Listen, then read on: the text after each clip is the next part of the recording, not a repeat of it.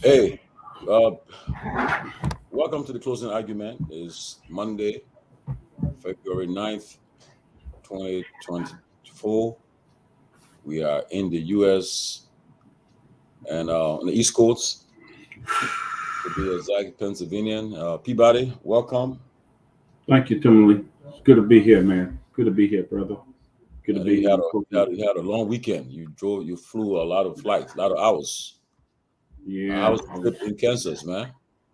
man, it was great. I went to a place called Scott City, Kansas, and had the opportunity to do a presentation for Liberia missions and our plan for 2024 coming work to Ghana and Liberia. So we spoke with a large group of people, about 700 to 800, and did some presentation, and it went very well. Went very well. Just a lot of traveling, but I had to take two flights and drive about an hour. But other than that, it was great. Great. We had a great time. Good time.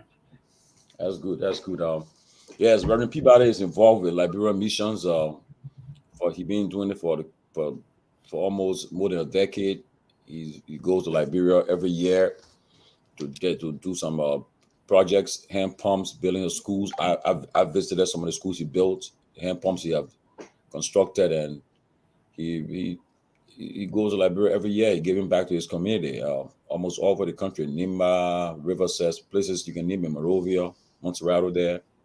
He's been doing a lot of job there, and I was him a couple of times on his trip, and he's doing a lot of good job for the people of Liberia. So he had to go to one of the churches that to go and preach over the weekend in Kansas. So I want to say thank you, Peabody, and continue to do what you do for the people of Liberia and our people back Thank you. home. Thank you. Thank you, brother. Yeah, around this year is I visit all those places. I'm actually next week I'm going again. Week after next I'll be in New Hampshire. Then we have to go to Kentucky. So it's a lot. So the next 2 weeks I'll be traveling, just doing presentation and you know raising funds for our work in Liberia. It's a lot of work, but we're glad we can do it, man, to help the Liberian people. And so, Yes, Lofa, welcome and good to see you too. It's definitely. we celebrating. We observing President's Day. Some people are celebrating the day as a holiday. Some people are not. But our kids are out. I think all of us, our kids are out of school today. Yeah, Yeah, they had a long weekend. So, but yeah. It was. I mean, it was a long weekend. Of course, the kids are not in school. Of course, today and yesterday. Now I had to work from home too. So I mean, but I also had a long weekend combination. But it was a great weekend though. Great to be back on here. But you know, and it's definitely great to hear a Liberian who is heavily involved in his community and doing it with everything that comes with it and without any some political desire or like the political ambition that very often you hear people do getting into these projects but they have their little hidden agenda. I'm not predicting that Dr. Peabody is not having that political ambition, but from all indication I don't sense anything of such because he have been like just trying to keep his work on the down low, but making sure that it actually gets across to the intended recipients, and that's great. These are the kind of patriotism that we beg for, we yearn for every day. So that's great. And everybody who's staying at home today for President's Day, enjoy your day with the kids because they're gonna. I think they got a couple of days off school no, I today. know, I know, I know. they go back. They Mine go go back. back tomorrow. Oh no, they got tomorrow off too, bro. Oh, nice, They got nice. that. They had today off, and then tomorrow they have off too because they got teachers work there, and I say, man, I don't know. Y'all be trying to Oh, push okay. your kids off. Yeah, but they got teachers work there, so they get to stay home as well. But it definitely was a great weekend. Good to be back here. A lot of things happening. I don't know whether you're gonna like this one though, Tomalin, because I heard your man got he actually was confirmed. Your man, what's the guy who threatened to kill the other Liberian? I heard he got confirmed today. So um, I don't know. I don't know if you're happy about that, but I think that's something we need to talk about. Yeah, Julius, I don't know what you expect of the Liberian Senate, though. I don't know what you can expect any miracle. You can't expect any thing. They'll confront everybody. They just come up Also, and so who got confirmed? the guy who said Francis, he Newman and Francis. Well, anyway, the guy he apologized to the people and told them that, but I mean that's what he said during confirmation. But again, like I told you guys last week, the Liberian Senate they made all this noise that it will be robust. They will be, people will not just get easy confirmation, but you so far you have seen for yourself. You know, a lot's happening. The people will just fly through, so forth. But again, that's what we are up to. And I know people are trying to use this whole issue of his apology as an excuse for his confirmation.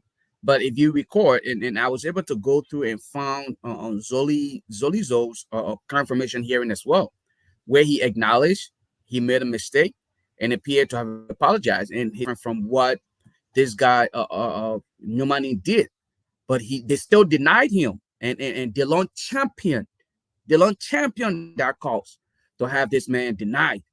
All right. And he was bragging about that. That was considered one of his accomplishments. We will no longer be the Senate the people knew. Anybody can just come and go through. It would no longer be the case. But today he's justifying his action. But we'll get into the conversation later. But I'm just saying, I'm heavily disappointed that these people who's supposed to be the gateway, okay, the gateway to Liberia's independent governance, all right, the independence of the various branches of government, they appear to just be don't care, mellow attitude, don't give nothing about what's supposed to be going. They're not doing their part, but they're using the various media entities to justify these wrongdoing because they feel like our society is gullible to some extent, and that is unbelievable, But like I said, thank God we're here, and hopefully we can dive into this a little deeper, and if possible, maybe open up the phone line so people can get their reactions, especially for this Francis guy. Who I'm a little bit disturbed, it disheartening, it distasteful, and every other word that you can use. Yep. Yes, we got some other news coming up, and maybe we'll start the show with that. We are getting information that the Liberian Telecommunication Authority (LTA), that's a 10-year institution, but we're hearing that some people are demanding that they are planning to do like almost I don't know whether a takeover. They want to come up with a statement to dissolve the board, whatever the case, to take over. These are people who've been demanding that they be appointed to the LTA, and they've been having series of meetings to come up with some to make sure that they force the way to ensure that they take over LTA, that the commissioners there, their tenure position be dissolved and they be appointed by the president. So hopefully we'll start our show with that perhaps, and then the University of Liberia Student Union issued a statement today too, and then we'll talk about the central bank stuff, and then also the issue with what you just raised about Yemeni, and then also maybe we'll find time to talk about. I don't know how you guys want to do it, but it's LTA is something that I think we'll be receiving a lot of calls already coming from citizens across the place about LTA under pressure now. That they had a meeting. I think one Kamara, Hana, other than trying to get to this place by all means. So they are doing everything to ensure that this place, the tenure of this place is taken away. But that only the legislature can do that. It's not them. So, guys, I think we can just start the show with that LTA issue. So And Tomalin, can you state the name of these guys who are trying to make sure that I'm this? hearing that one I know Abdullah one Kamara and Mhm. also Patrick Hona, and I think these are people I'm hearing. They want to be appointed to that place. They want to take over the LTA, but LTA is tenured, and I think all the commissioners have about 2 years, 6 months left on the tenures. But instead they want to go to that place to occupy the positions with all the tenures expiring. So that's why we information we're getting. So I would like for us to open the show with that, and then we can move on to other topics. Chairman, welcome. You look tired. I know you're in Washington D.C. the whole weekend, meeting with people. Yeah, You but trying to put tension on our people again. What y'all do? but first of all, it's good to be here. Like you rightly said, just we're doing running around. But look, a couple of things. Francis Humelin, I got a chance to listen to Senator Darius Dillon today on the OKFM. I'm not sure if they've confirmed him yet. Let's check because I think Lofa said he's been getting information that they have confirmed him. What I heard from Dillon today was that they went through with the confirmation hearings, but Nimelin have said their issue was Nimelin said that he retracted the statement 1 week after he made it on a radio station in Foya, and they are demanding that he provide the clip or the evidence of him retracting the statement, because if he only came to the Senate to retract the statement, then it means he's only doing it because he wants to get appointed. I mean, he wants to get confirmed. So I'm not sure if they have. I'm not sure if they have confirmed him yet. I was just listening. That's what I heard from Dillon on the OK afternoon show with Judas J. But we can dig a little deeper on the issue of LTA. Let's say this. I heard you, Tomalin, when you called these guys' name. But look, let's let the chips fall where they may. The blame and the responsibility is on the president, President Joe Buckeye. The issue of LTA tenureship did not start with the did not start with the CDC government. The issue of tenureship started with the Unity Party government. I think they enacted that law from from all of the information that I have, right? So if anybody should know or should be in the position to obey the laws or to respect the laws, it should be the president. Patrick Horner or Abdullah Kamara and the rest of the folks whose names have been called are not going to get appointed by their own. They're not writing their own appointment letters, right? The president of Liberia should be made. It should be made clear that because there are consequences when you breach a contract, as when you breach a contract like the one that the LTA folks have. But I think it should not happen. I think if they have this notion that LTA is it has national security implications. I'm not for tenure for all these other places, but I think LTA, National Elections Commission, and a few others, the central bank, I think we need to establish some sense of professionalism that when people are in those places and they are thoroughly vetted and they start to do their work, they should complete their tenures and allow the government and allow the process to work itself out. But as we get more into it, we'll chime in on it. But I think the blame squarely or the responsibility squarely rests on the shoulders of the president. He should know better. He should not be even making an appointment. From the information we have received or I have heard, is that he may be doing an appointment sometimes tonight, which I think is obviously reprehensible. So, yeah. So Peabody and Kev, you guys can weigh in on this LTA issue. Look, Tomalin, let me say this before Kev come on. Let me say this. Look, man, we elected President Buckeye, and the Liberian people voted for him.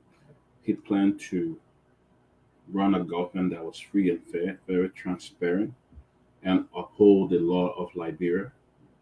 I think if there was a tenure position that the previous government upheld, I don't think it's something that he should be ever trying to make change of. Anybody should be trying to compel him to do it. I think it'll be violating the laws of the country, and that is not good because every other government they could do the same. That's very clear, and I think this should be a zero tolerance, non-negotiable when it comes to these tenure position. I mean, if if you are free, if you are fair enough, transparent, then you should not be violating the law, especially when it comes to a tenure position. I think it's wrong, and you're just opening something for other people to do, which is bad. So there will be no need to have a tenure position. If every government that comes to power and want to cut this off, then there's no need to have a tenure position. I mean, evaluate. You have people who are doing great. I don't know the lady at the LTA. I think they said one the winner, but I've heard that she's doing an excellent job. She's been doing a wonderful job in running that LTA and making a lot of changes there. So I don't see the need to just continue to remove people just for to satisfy your partisan. Just remove people because other people want the job. It's not something that just waiting for people to come. If you have somebody that's performing, when you look at the key performance indicator, it shows that this person is doing well on the job. Why you want to come and just remove them just because partisan need job and things like that? I don't think it's right for the growth of the country. It should be because I heard that even the guy that is trying to bring there was fired before, or whatever it is. But I don't want to get into that politics. But I think it's just fair that people who are performing and we have seen their results, you can't remove them. I think it's important that you keep them there for the better of the country. You just can't remove people from position like that, especially when they have a tenure position. If you remove everybody and now you're subject to lawsuit, what are you going to do? Violate the Constitution again? You're not going to go to court. You're not going to pay, or you're going to, that's not right.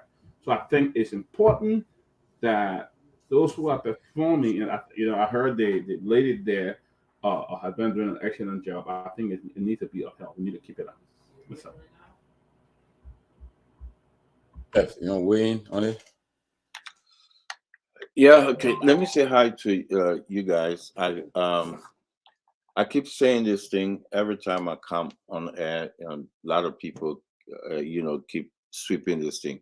There is a creeping danger in our society. I keep saying this thing. What happened at LTA is happening all over.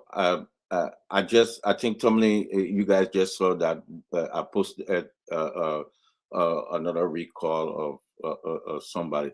They are going around taking people out of their job, tenure, no tenure, taking you out. There's a creeping danger in that country, but folks are overlooking things.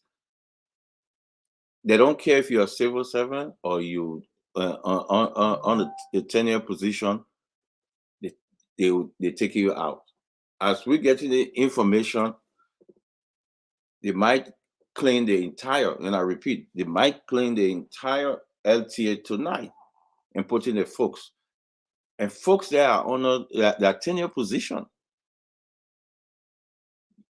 That tenure position.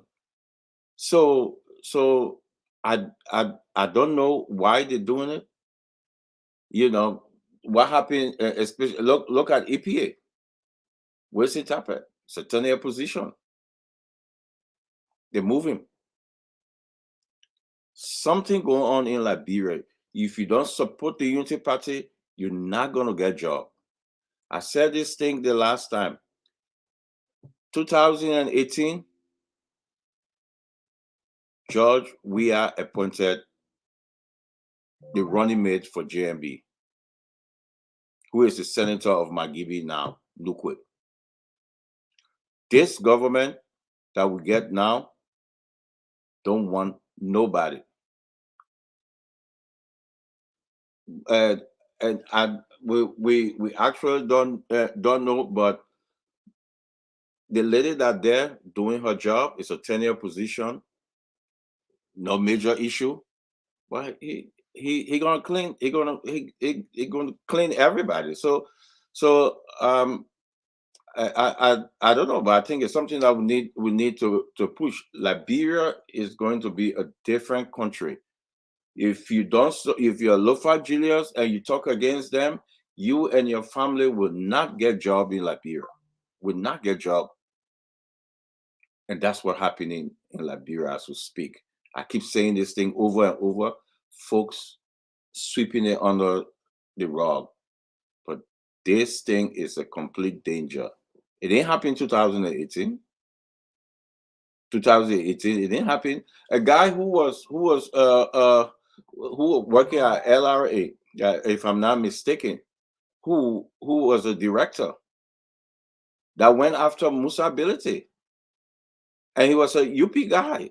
He even posted on his Facebook, yeah, I'm a UP guy, but he was a director that went after Musa Ability. If you remember, I don't know if you guys remember when Musa Ability business was closed. It was a Unity Party man. Were in high position. That Liberia, you know, under the Unity Party, you'll now see again. So I rest for now. Lofa, you want to weigh on that too before we move on? Yeah, definitely. You know, guys, there's a reason why the laws are put in place.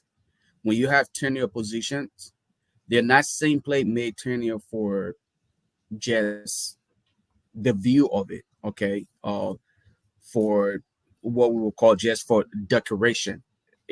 Those positions are made tenure for a specific reason.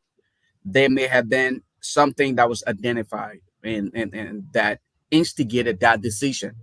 And once that is done, I think it's only upon all of us to live up to it. The law is the law. There should be no reason why a group of people should simply feel like they should come to power and then just turn everything around. There should be no reason why that should be the case. And this is part of the reason why some of us frown on this whole issue of when you campaign for a specific political party, you should be giving job. Okay? Because not everybody who campaign will have the opportunity to be employed. And when you start to twist the arms of those leaders to say, yes, these people really work hard for you. They put in the time. They were in studio. They were doing this. Now they feel like they need to do any and everything to satisfy these individuals. So as a result, they will break the law because they want to satisfy these handful of people who were on the campaign trail doing certain things, even if some of the things they did were not constitutional. So they want to pay them in return. And this is where we are finding some of these problems coming from. There should be no reason why, whether Honorable Boycott is the man to make the final decision or someone else is going to call the shot. We should not be tampering with these kind of positions. When their tenure is over, then you can make that decision. Until then, it should not be the pressure of your partisans to make you to make that decision.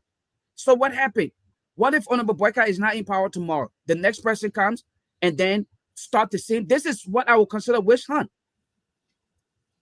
I mean, this is witch hunt to the simplest. Nobody else. You can't say anything else other than this is witch hunt. If they were underperforming, I'm pretty sure there are some guidelines that regulates how they maintain their positions. If they're underperforming, based on what Dr. Peabody referenced earlier, the KPI, the key performance indicator, if it is reviewed and they're underperforming, they're not providing that the productivity is low, then okay, I have no reason, because the reason why you were put there is to be productive. But if you're simply removing these people from their position because you feel like there are guys who were chanting battle cries behind you and you want to satisfy their desire, so you're removing other people and bringing them in, I don't think this is in the interest of Liberia. This is not the kind of democracy that we fight for. This is not a transformation. All right? You cannot run under the pretense, okay, in quotation, pretense of coming to rescue a nation. Then here what you're doing, you're literally breaking apart the fabrics of good governance. Because respecting the fact that those positions are tenure and those appointed in those positions must maintain their position is only the opportunity for you to understand governance and being able to adhere to all of the regulations. Unfortunately, I am seeing contrary to that, and this is not what the Unity Party ran on. Besides the fact that they started off just being immature and lack of understanding as to what they want to do, I think they are breaking apart the fabrics of good governance, if there was one. And what I can say here to you tonight is what Keff Hassan said. This is dangerous for Liberia, because remember, you just had the AFL wives protested, and we know what the president did. He gave in. All right, he gave in to them. Remember, people who are being removed from their positions, they have to feed their family and friends. So if they decide to take to the streets and protest, you should also get yourself ready, prepare for that. And this is not something we want to sit down and say, let us wait for Honorable Boycott, the president, to make that decision. Then we come back and say, oh, you know what? He should have known better. Liberians, we are often reactive as compared to being proactive. I think this is an opportunity for him to think what he's doing tonight and pull back on the decision to remove any of those people from those positions and find somewhere else to send those guys who are his loyalists or his partisans to make them satisfied. It should not be at the detriment of the people. Thank you. Yeah, tenure positions were created by an act of law by the legislature. So if you can't just remove a tenure position, somebody from tenure position. You can't just remove them. So it's an act of the legislature. So in order to do it, the same lawmakers are the one want to either scrap the tenure title out. But again, so because if you remove them with all the tenure expiring, I mean you have to pay them off. You pay them for from what I'm from information I'm getting. These commissioners have 2 years, 6 months left on the contract, on the tenure. So if you're gonna pay almost millions of dollars to them because you're paying them for the 2 years and everything, all the benefits and everything. So I don't think it's the best thing to do. And that's why I'm trying to call. I've been making contact with the legislature. I've just texted. I mean, I just sent message to them, those involved with this the telecom committee in the Senate and the House, Representative Dopo. I've just made contact with him. I hopefully while on the show maybe he'll respond. But we need to find out what the status of these positions are, LCA, because that's a very important arm of the country. Of the sector of telecommunications. And so we have to know what's going on there, because if they were going to do this any kind of stuff tonight, I don't think it will be fair. It will be illegal, and it will be come to the court issue. And then you have to pay people money that you shouldn't be paying up front. We already don't have money as a new government, as we heard. You want to start paying money right away, So I think the best thing is to let the tenure expire, and then you can appoint people. They still within the same time of the president's 6 years mandate. So let us urge and those who are involved, who are trying to force these tenure officials out of the positions, extra restraint, and the legislature is a place for recourse. So I think that's where we are. Anybody have anything to say before we move on? Yeah, let me. I just want to reemphasize what I said earlier. The thing about tenured positions, they are put in place for a specific reason. They are put in place because these people, and again, like I said, I have my own reservations on tenure positions across the board in the Liberian government. I believe there are certain positions that should be tenured. There's some of them that should not be tenured that have tenure, right? But having said that, it is the law. Until the law can be changed, we have to live by the law. That is a fact. But like I said, there's a reason why these things are put in place. They're put in place to avoid situations like this. They're put in place to avoid commissioners or members who are appointed who are tenured. They are put in place so that they're immune from political pressure, that they don't have to do any work, or they don't have to do their job looking over their shoulders. That's the whole intent and purpose of having a tenured position. Now, it has not happened, right? But again, like we said, we know Liberia. Where there's smoke, there's fire. You know there's a lot of machinations going on in the background. People are trying to pressure. That's why I said it is important that we speak directly to the president, because the buck stops with him. Everybody can have pressure. I'm sure there are people who wanted to go to MPA. He had in his mind who he wanted to send to MPA. I'm sure there are people who wanted to go to what's the place name? Maritime, Public, where all of these places. He had his own mindset on what he wanted to see. Now, who are we coming after? You break the this is exactly what happened during the CDC years when they removed what his name from London, Isaac Jackson, right? Isaac Jackson was tenured. You saw a whole legal saga play itself out. There's a reason why these laws are in place. And guess what? It was people in the opposition then, right? Folks from the Unity Party who stood with Isaac Jackson, who felt that Isaac Jackson should not have been removed. So all I'm saying is very simple, right? I know there's a thought process that, oh yeah, when you move in, you will pay them. It's not as simple as that. It's not as simple as that. It's not as simple as them or of you writing a check. Right. If the person has to feel injured, they're not just going to, when they remove you, they're not just going to say, okay, you know what, let's get paid. And no, the person has to feel injured to seek legal remedy or redress before we can even start the process of talking about payment and all of that thing. So to avoid all of that, they have 2 years left on their tenure, like Tomalin said. Look, this is not an issue, and there are legal processes in which you can remove somebody if they're not performing. It mean because you got tenure, you just supposed to sit down on the job forever if you're not performing. If from what we understand, if these folks are performing and doing what they need to do, and they're working in a professional setting, listen, I believe let this thing. There's a reason why tenure are in place. Let the tenure position finish. Let the tenure finish. You get a chance to, like Tomalin said, is well within your 6 years term. You get a chance to put whoever you feel you want to put in place. And these people will ultimately be able to phase out. But this notion that, we're going to come and we're going to try to undo things, when does it stop? When does it stop? Because guess what? Somebody you will appoint after your presidency. Do you want the new government to come? And, it's just the thing about Liberia. It's just the story sometimes just hurt your head.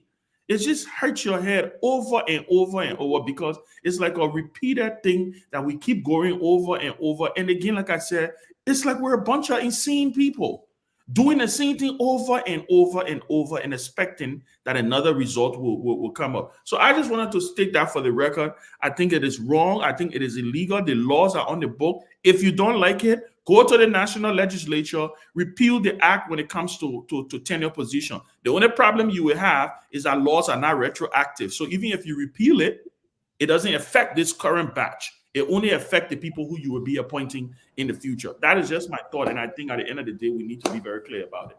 And so also, go ahead, Dr. Peabody. Go ahead. And also generally, like right there what Ben said, but here's one thing, even though these are tenure positions, but again, look for those who are performing. You don't just go and remove people who are performing. If there's somebody there who has a history of not coming up or their performance was very poor, then yes, I don't have an objection to talking to them and probably trying to find a way to catch them out. But if someone is performing right and doing all, I don't think there's a need to replace them only because you want to set it on a partisan basis, because you want to satisfy them, or because you want to just put them there because of partisan, so I don't think it's right. I don't think it's healthy. I don't think it's transparency, all of that. So let's look at the KPR, who's performing, who's not performing, but you can't just go there and try to remove people from the position. I think it's wrong, and no government should encourage that. Yes, welcome, Grace. But let me just talk a little bit on the thing about the ICT sector in any country is we should not take it for granted, because LTA, they are the one who regulates various radio station, television station, and so around the country, and that's why it's important that's why it was made tenure. One of the reasons, because if they say if a radio station criticizes the government, criticizes the president, they can say, well, go and shut it down. But that's why they are tenure, because they will advise the president that they say, look, we cannot shut that down. We have to follow regulations, follow the policies and in the act that created these entities, and we give them license to operate and so forth. That's one of the reasons why we noticed it was very hard, and people were calling for the weird government to shut down Spoon during the election time, but they couldn't do it because the law they had the right to operate, had the right to do what they need to do. So that's why people were saying you're shutting down, but they couldn't do it because they were legally registered, legally authorized to do what they were doing. So, and that's why again it's important that the people have the tenureship expired according to what I think they are on the last leg, right? The second term tenure. So that's why it's important that Liberians should all raise the issue that the president should not be ill-advised, and the legislature should step in to make sure that the people who are on tenure, their positions are kept until their tenure expire. But why tomorrow if we hear criticizing the government, then they say, well, closing argument that we're going to shut them down through whatever radio station that they're operating. They can do it. And if the people they put there who don't like us say, well, we won't give them the license, we won't give them the frequency anymore to talk. That's why it's important that the position is apolitical, and that's why it's tenure, so that you can't just arbitrarily shut them down. That's why it's important that whoever doing it, I will call the names up. There's a guy who they call Abdullah Kamara, I think. He couldn't work with, he was there before. Angela Weeks was the LTA boss. He couldn't work with her, and he left from there.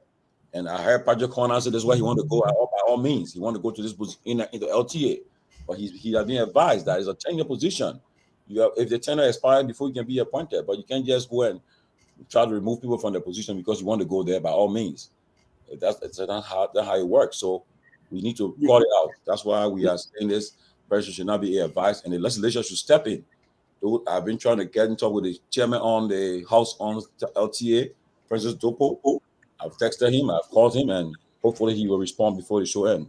But somebody want to just wait in before we move on. You see, Tomalin, and I know I spoke about this earlier. Ben actually highlighted this, but I just want to reiterate. And in this manner, I also want to use this opportunity to call on Liberians, especially those of back home.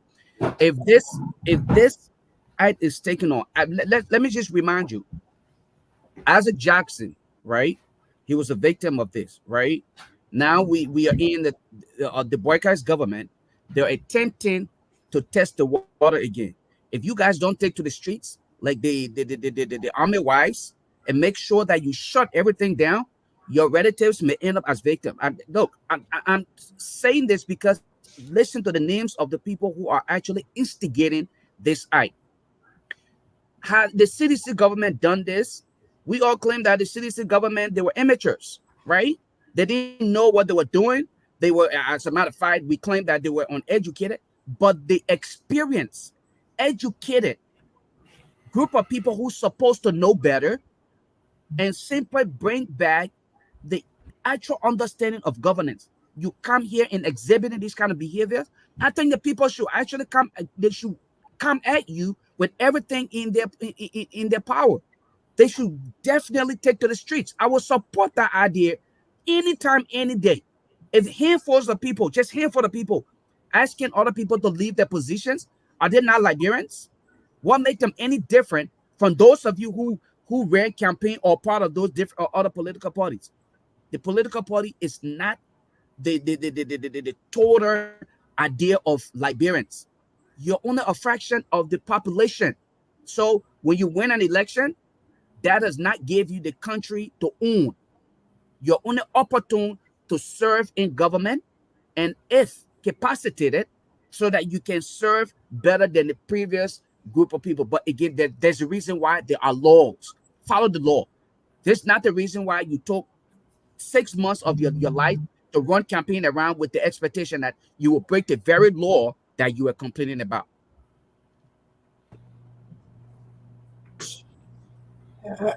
Good evening, everyone. I know I just coming in, but I just wanted to say hi to you guys on the platform and hi to the people that are watching And also, I want to send a shout out quick to I think his name is Emmanuel Atos, the guy who did the movie, the Breaking in the Bush. Congratulations to him and his family for that movie. So I wrote a book, so you can contact me. My book can be turned into a movie, so we can do this. Send me the budget. But just to be on top of things on what you guys are discussing, removing people from tenure positions is a human rights violation. And Bwaka government is supposed to even know better and not to do this, even during Doe time. When President Doe came into power as a military president, he did not remove everybody from in their positions. He did not even the positions that were appointed positions. He did not remove people from there because you need those people in those positions to be able to help with the people that are coming in. Although we know that during the campaign you were indebted to these people because most of them were promised jobs, but it's not fair to the people who already been in the position to be removed. It's not fair. People like Breku Rights, it was Sandra Doe government was a military government. People like Breku Rights, Merrick Elliot Correnting, my mother, they were all working in the radio room in the mansion. Doe could not even remove those people because he needed them to be able to break through with things that they did not know. So removing the people from the position, even if the people you're bringing in know what to be doing, it's not fair to them and their families because they earn that position through tenure. So when they earn it through the level of years that they are being on the position, they're still able to operate in that position. So it's not fair for you to just remove them. And the Liberian people should stand up against this, as Judas said. They should stand up. It's wrong. It's a form of human rights violation. I just wanted to put that in there. Yeah, Professor Kennedy. Okay. Larry? Hey, can you guys hear me? Yeah. Yeah. Yeah. So, I mean, I wouldn't go to the extent that Grace went to saying it's a human rights violation. But I think the issue, the bigger issue is what Lofa touched on, because it's the law, right? So if you have a law in place, even if you don't like the law, you don't agree with it, I mean, your only recourse, the only option you have is to repeal that law. Don't break the law, don't bend it, don't play around with it. If you don't like this whole thing about tenure positions, repeal the law, get it off the books and say, we're no longer going to have tenure positions. Let the legislator then go ahead and vote on it. You sign it and repeal it. But and the reason why I'm mentioning this is when investors are looking to invest in a country, they look at the legal system, right? The legal system is an important part because investors want to know if they will have some form of redress. You know, in case I'm a Korean businessman, if I were to come to the country, if I'm going to get robbed, what is the redress, right? You want to make sure that people are not flaunting the law. In fact, if you're interested in having your sovereign debt rating from the three big credit rating agencies, right? Moody's, Fitch, and Standard & Poor's, they will look at your legal framework to see how that works. So if you have a law in the books, you don't like it, remove the law. Don't just flaunt the law, overlook it, because if you break the law and you're supposed to be the person in charge of upholding the law, everybody will follow you. They're saying, oh, the leader broke the law, or this person broke the law, or the legislature. So why can't I break the law as well? You know, but I think the other issue is if we don't have a private sector in Liberia, then people will fight for government jobs. We don't have a vibrant private sector in Liberia. So people are really chasing government jobs as a means to survive. But the human right portion, just a little spin off what Grace just mentioned, it is a human right. You having the freedom or the ability to work, that's a human right. The ability and freedom or getting a government job, I'm not sure that would be a human right. But again, you know, it's But just Laura, if you remove the person after they were put on the job as a tenure employee, and they have the right to serve in that position for a certain level, a number of years or a certain time. So if you remove them, you're taking away their rights. It's a human right violation. I think I agree with Grace on that, Larry. And no, let me clarify it. Mm-hmm. Working for a government is a privilege. It's a privilege. True. It's a privilege. You are given the privilege to serve your country. A right? Yeah, a right to earn. For example, if you sign a contract in here called a non-competing clause, if you sign a non-competing clause, which is barring you from entering the same line of work as your employer, that is violating your right because you have a right to work. You're not taking away the person's right to work. You're taking away the privilege to serve in an administration. I just want to clarify that. The right to Larry, work is a human rights. The privilege to work in government, that's a privilege. But Larry, Larry, I work for the Commonwealth of Pennsylvania. There are laws on the books that they cannot remove me from my job for a certain reason, except I violate those reasons. That's the only way. If they remove me from my job, I can go to court and sue the Commonwealth of Pennsylvania because they're taking away my rights to work, and I did not do anything. The difference is you have a contract that gives you a right to serve in that position. You have a contract, so you're suing on the contract. They're not stopping you from working in Pennsylvania because you can go and work somewhere else. They are moving you from that job where you have a contract because the tenure positions are in fact a contract. Based on the violation of that Larry, here's the thing though. She's actually, the Grace's point here is she's not being removed because she failed to live up to the contract. I understand the contract aspect of it, but she's being removed based on one of the three high points that normally should not be taken into consideration. Political alignment. That is an infringement of her right because you're saying to her she cannot work with this government or with this agency because of that political alignment, because she did not side with you, and that is against her right as a person. Okay. Secondly, religion. That is something you should not be infringing on someone's right or preventing them from contributing to the workforce because you simply think that they have that religious alignment. And from Grace's point, I'm saying I want to agree with her that yes, you can say that is human right violation because you are violating her right to contribute to the state, to the government, to the workforce. So you're refusing her because of a political alignment. Are you banning her from working in Liberia? Well, she may not be banned from working in Liberia, but you're taking away that privilege that she already had. I phrase it another way. Let's say, for example, Lofa, you're working for Citibank. Okay. You have a contract with Citibank, or you have a tenure position with Citibank. Citibank decides to fire you or get rid of you and put somebody else in that position. Are they taking away your right to work, or are they removing you from a position that were given to you? They're just illegally removing you. You know, which is a violation of a contract. It's a contract. I just want to clarify the difference. But can we say so? The violation of a contract, a legally binded contract, isn't that a violation of some kind of right? It's right. Isn't that a violation of some kind of right? Human rights is different from contract law. You have me saying you don't have a right to, let's say, drink from a public fountain. That is, or let's say to drink. That you have a right to a drink, right? To consume, to get food, to get all that nourishment in your body. That's a right. You have a right to freedom of assembly, going in terms of what Lofa is talking about. If I say you don't have a right to go to church, that's a human rights violation. And again, you have rights that we call what? Alienable rights that you're born with. And then you have rights that are bestowed on you based on the Constitution or based within a legal framework within a society. I'm just saying, and I don't want to get I understand where you're coming from, Larry. The thing is, and you just said that the technicalities, right? It's just technical. The technical thing. The other component I wanted to inject, Tommy, with your permission, is I've heard people talk about this issue of some of these positions. I even see somebody on the live feed, even though the person is insulting me, I will say it because this is the truth is this is an intellectual based platform. We don't thank you. I don't get carried away. I'm gonna elevate it because I'm taking the good out of what he talked about, right? Even though he's insulting me, but it's okay. I wouldn't even mention his name if I were you. Don't even mention his name. No, I won't.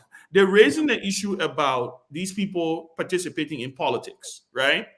That's where, again, it's a sticky issue because the very code of conduct, Larry, right? The very code of conduct which is law, by the way, the code of conduct that should bar people or appointed public officials from participating in politics. That code of conduct in itself has not been really tested. If you look at the Supreme Court opinion on the code of conduct, right, there is a question of of trampling on people's constitutional right, to associate or to assemble and stuff like that. And key of that, Larry, has to do with the appointment of an ombudsman.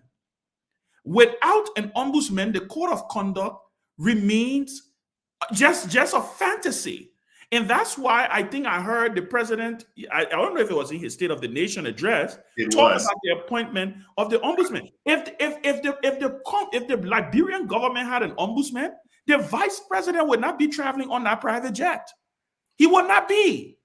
If the Liberian government had an ombudsman, but without these things, right? Again, that is the reason why I keep saying, where is the change and where do we start? Where do we start, right?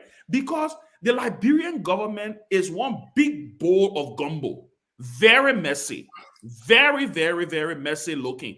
In some instance, very nice, right? It tastes a little good because at the end of the day, but if you want to raise the issue of the code of conduct to say, oh, these people, these positions are professional positions, they're not supposed to be involved in politics.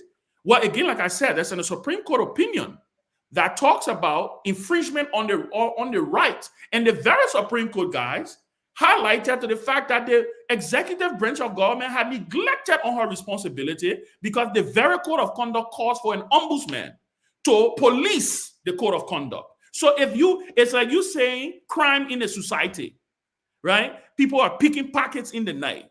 And then you wake up in the morning and you go in a particular, you say, oh, Grace, you went to West Point last night and somebody picked your pocket. Then you go into West Point and you quarantine the entire West Point. You say nobody can leave West Point because Grace lost her wallet there. Where was the police?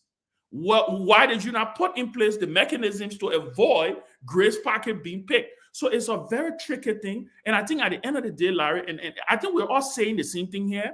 At the end of the day, for me, is that, listen, this issue with LTA was enacted in 2007. Joe Boyka was the president of the Liberian Senate.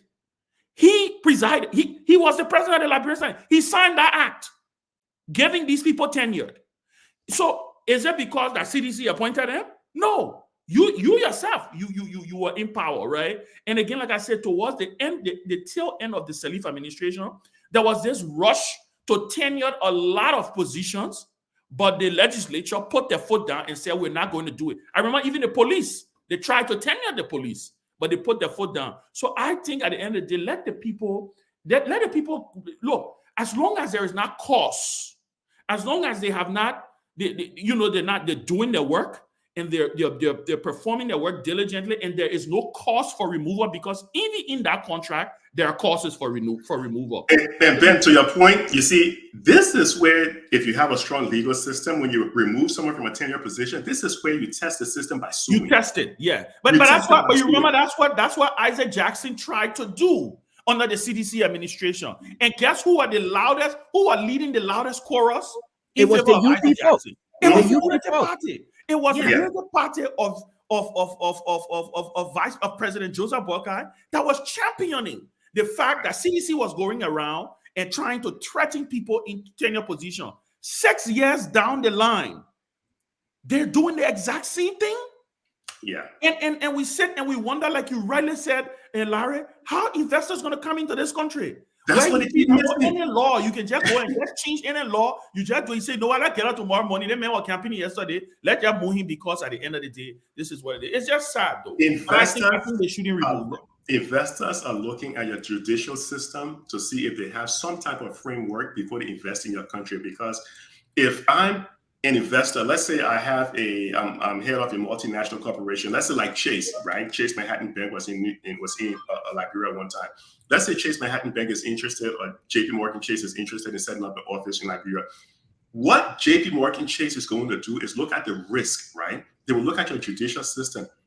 Because I heard the current finance minister, BK, saying in his confirmation hearing that someone can borrow money from the bank, not pay, and they can turn around and sue the bank They can turn around and actually sue the bank and still stand a chance of winning. I'm like, where in the world does that happen? You owe the bank money, you don't pay. Rather than the bank come after you, you go after the bank and sue the bank. Simply because people can bribe judges. You have a weak judicial system. And for that reason, when you start flaunting the law by removing people from tenure positions, investors see that stuff. You think investors just wake up one morning and say, oh, wow, look at this country, Liberia. Let's go there and invest. They do due diligence because they don't want to lose their shirt by investing in your country. So you can't be flaunting these laws. If you don't like the law, repeal it. Make it fair for everyone. But don't bend the law, flaunt the law, disregard what the law stands for, and remove people. I think it's only when you have like some civil society organization that can be suing on behalf of people who don't have money, or you have individuals who are suing the system, and they're highlighting the clear breach in a contract. That's when you start seeing changes. That's what I mean. If you don't sue these people, they will continue to break the law. And you're not going to have the investors or the foreign direct investments that you need to grow that country. Well, they can continue breaking the law, Larry, because they know the justice system is weak. So they will continue to do it. That is correct. I'm going to take this action because if they take us to court, ain't nothing going to happen. So they just do that is correct. Or the all-powerful presidency, right? Or the notion of the all-powerful presidency. We can do it. Y'all go complain. Y'all won't go sue us. Y'all go sue us. We'll not pay you anyway. 6 years will pass, and y'all will not get paid. Again, like I said, there has to be a point where it stops, right? Where it stops, and people get a chance to It's just I'm sorry. Yeah, I hear what you think. And that's how you know that this government is not going to bring the change the Liberian people thought they were voting for. Liberian people wanted change, and they saw the same old people and put them right back because they wanted to come back and take away what maybe CDC in their mind, they thought CDC had taken away from them. But if Liberian people had opened their eyes to say, you know what, we really need this change, it was going to be a whole different government, totally in this position at this time, because we had the option in the election. Liberian people refused it, so they got what they voted for. That is correct. Okay. We have, guys, I think we have exhausted some time on this LTA, and our final thought would be that we're urging the president not to cave into any pressure. To remove the tenure official. Let them serve their time out, and when they are done, you can appoint people. But today, because somebody just quickly, I know for you to do. Somebody close to the president just texted and said, "Point of correction: the president doesn't want to do this, but he's been pressured to do it." And I just replied to the president. I said to the president, "I said, but he's the president. That's the reason he's the president." Right? I'm sure he was pressured to do a lot of things. So the legislature will have to be the final. But so that speaks to his leadership, right? Okay. Well, he hasn't done it yet, so he hasn't done it. So, but the legislature they have to step in because they're the one who created that act. But guys, earlier today, the Vanguard Student Unification Party issued a press statement, came up with a strong press release, and on the line I have the chairman of the Student Unification Party, Queen. I hope I got the name right. Queen W. Queen II, the chairman of SUP, who will be just giving a little bit. Doubling down on this tip and issue today for a few minutes, and then we can maybe let him go. So, Mr. Quinn, you're on the line. There's a closing argument. You can just start your comments. Go ahead. Thank you so much, big brothers and Tomalin. Let me extend greetings to everyone on the show, and I also appreciate the closing arguments for giving the students of the University of Liberia the opportunity to air their views. Let me also extend greetings to all those that are listening and watching the show tonight. Ideological militants of our party that are also following, I salute you all. Today we issue a statement basically dealing with some of the contradictions we have identified so far in the Bwakai rescue mission. And so our press conference dealt with specifically issue about his asset declaration, also talking about the situation at the University of Liberia, the poor condition there. It has been an old-age issue. And so if Mr. Bwakai said to us that he wants to rescue us, then we should be seeing signs that there will be changes coming at the University of Liberia. But school was supposed to open today, and we were informed by the university administration that because they could not pay the part-timers, and so the reopening of school has been postponed indefinitely, and that is a problem. Mr. Bwaka also, with the issue of his asset declaration, by law, you declare to the LCC, yes, we are aware, but also he holds a political position as the president of the republic, and so there should be a political will to also make public so that the people can have access to his assets. Let's know what Mr. Bwaka have coming to government, but Mr. Bwaka attempt to nicodemously declare asset without making it public is a problem.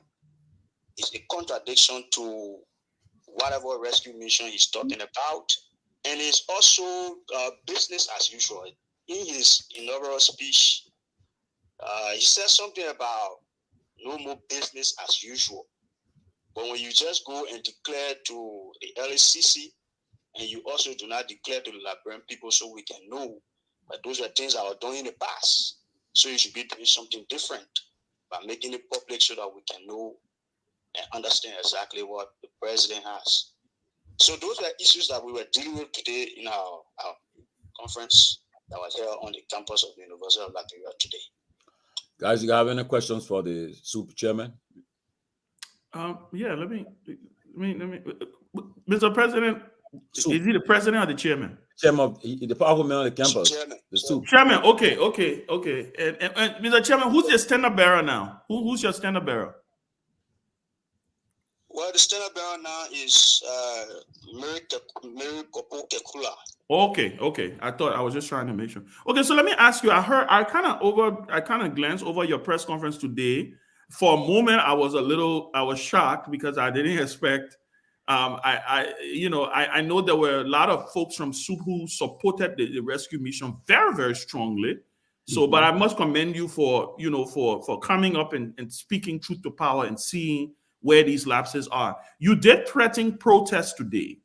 You said certain things. Can you reiterate what you said? What are these deadlines that you have placed on the government as far as the president? What are the deadlines that you have laid out that if they don't meet these deadlines, you are threatening protests? Is that what I heard today? Yes. What we said in the press conference was that if Mr. Bwaka take lightly the issues that we are raising, then he will take his first exam, his first public exam that will be administered by the Vanguard Unification Party in the principal schools of Monrovia. What we mean by that is that we are serious about transformation in this country. I know you made mention about Student Unification Party supporting the United Party when they were in opposition. I think that's not the case, but usually it appears that way because we are focused on those who control state resources. That is where our focus lies. Those who control the resources, those who are supposed to apply the country resources to the maximum benefit of the people. There where we focus our attention. And so when the CDC was in power, our criticism was on how they were managing the affairs of the state. Now that the United Party has taken power, our focus have also turned to the Unity Party, and we are very critical as to how they are going to manage the affairs of the state. And Joseph Bwaka, these few months of him being in power, we are noticing lapses. We are seeing early signs of betrayal to our people. Mr. Bwaka cannot say he's fighting corruption. And most of the appointments he's making, we see that they're having some have character issues, some are having credential issues. These are not things that Mr. Bwaka is supposed to be battling with. And so when we see these things happening, then we go on high alert. And we are telling Mr. Barker that we're not refrain from the streets. We will not, be afraid to get in the streets. We will not be afraid to get arrested if need be, but we are going to take actions, radical revolutionary actions to demand changes in the society. That was the reason why we voted the CDC out, because we wanted difference. We wanted a change. And so now that we see Mr. Bwaka is treading along the same path, it becomes worrisome. But for us, we are student guerrilla fighters. We do not get tired. Regime in, regime out. Our energy is renewed every morning. Anybody else have questions for the chairman? Chairman, let me ask you that you say you are trying to that the president should declare his asset. Did he not declare his asset? Did he not? Or how do you want him to declare? Declare and publish. Declare and publish. Okay, you want to declare and publish it. Okay. Mm-hmm. The people need to know. Not just going to the LCC and declaring your asset, but it should publish it so that the people can know, so that the people can see. This is the first step in the fight against corruption. And he's reneging. And he's failing miserably in that. He declared publicly, he made public his drug tests. What was the point behind that? Making the test public, the president tested negative. Why you can't tell us what you have, your liability? Why the people can't know? You dishing out money. You said in the past that you were poor, you never had money. You are raising money all over the place here to survive. How come soon you became president, few weeks later you are dishing out money all around the place, and you have not declared asset? Where are you getting the money from? We need to know. We need to know so that when you plunder our state resources, we can know. So Mr. Bwaga need to make public his assets. Can I ask a quick question? Okay. Go ahead, Larry. Yeah, Mr. Chairman, quick question. During the campaign, did the president promise to publish his assets after he declared it? Yes. No, the issue here is, Mm-hmm. it was, I think, his inauguration or State of the Nation when he said it was not going to be business as usual. It was not going to be business as usual. Mr. Weah did not know the asset until he left power because he never made it public. So Bwaga is doing the same thing. No, but did he promise? Did he promise to publish it? Come again? Did he promise to publish his assets after declaring He it? did with an interview that he had with 50/50. He did that. No, he did that. So what we are dealing with here, is two things. You have the law and you have the politics. It is a demonstration of political will to fight corruption that you make it public. Then all officials will follow. And then we can monitor their lifestyle from there, and then we can know that when it's stealing, we will know. But if it is kept in secret, how do we audit? How do we checkmate? So Mr. Bwaka should be an example. And also in our press statement today, we also made specific reference to some of our veterans that have been appointed into government. We made specific reference to them. We also sent out a caveat to them that we will not refrain from coming after you if you deviate from the massocratic doctrine of the Student Unification Party. We cannot be here, year in, year out, advocating and for change in society, advocating for the transformation of the society, and we have our own taking offices, and they cannot be an example. And so while we are keeping our eyes on the Bwaga government, we will also be keeping a very close eye on our own ideologues that are holding appointed positions.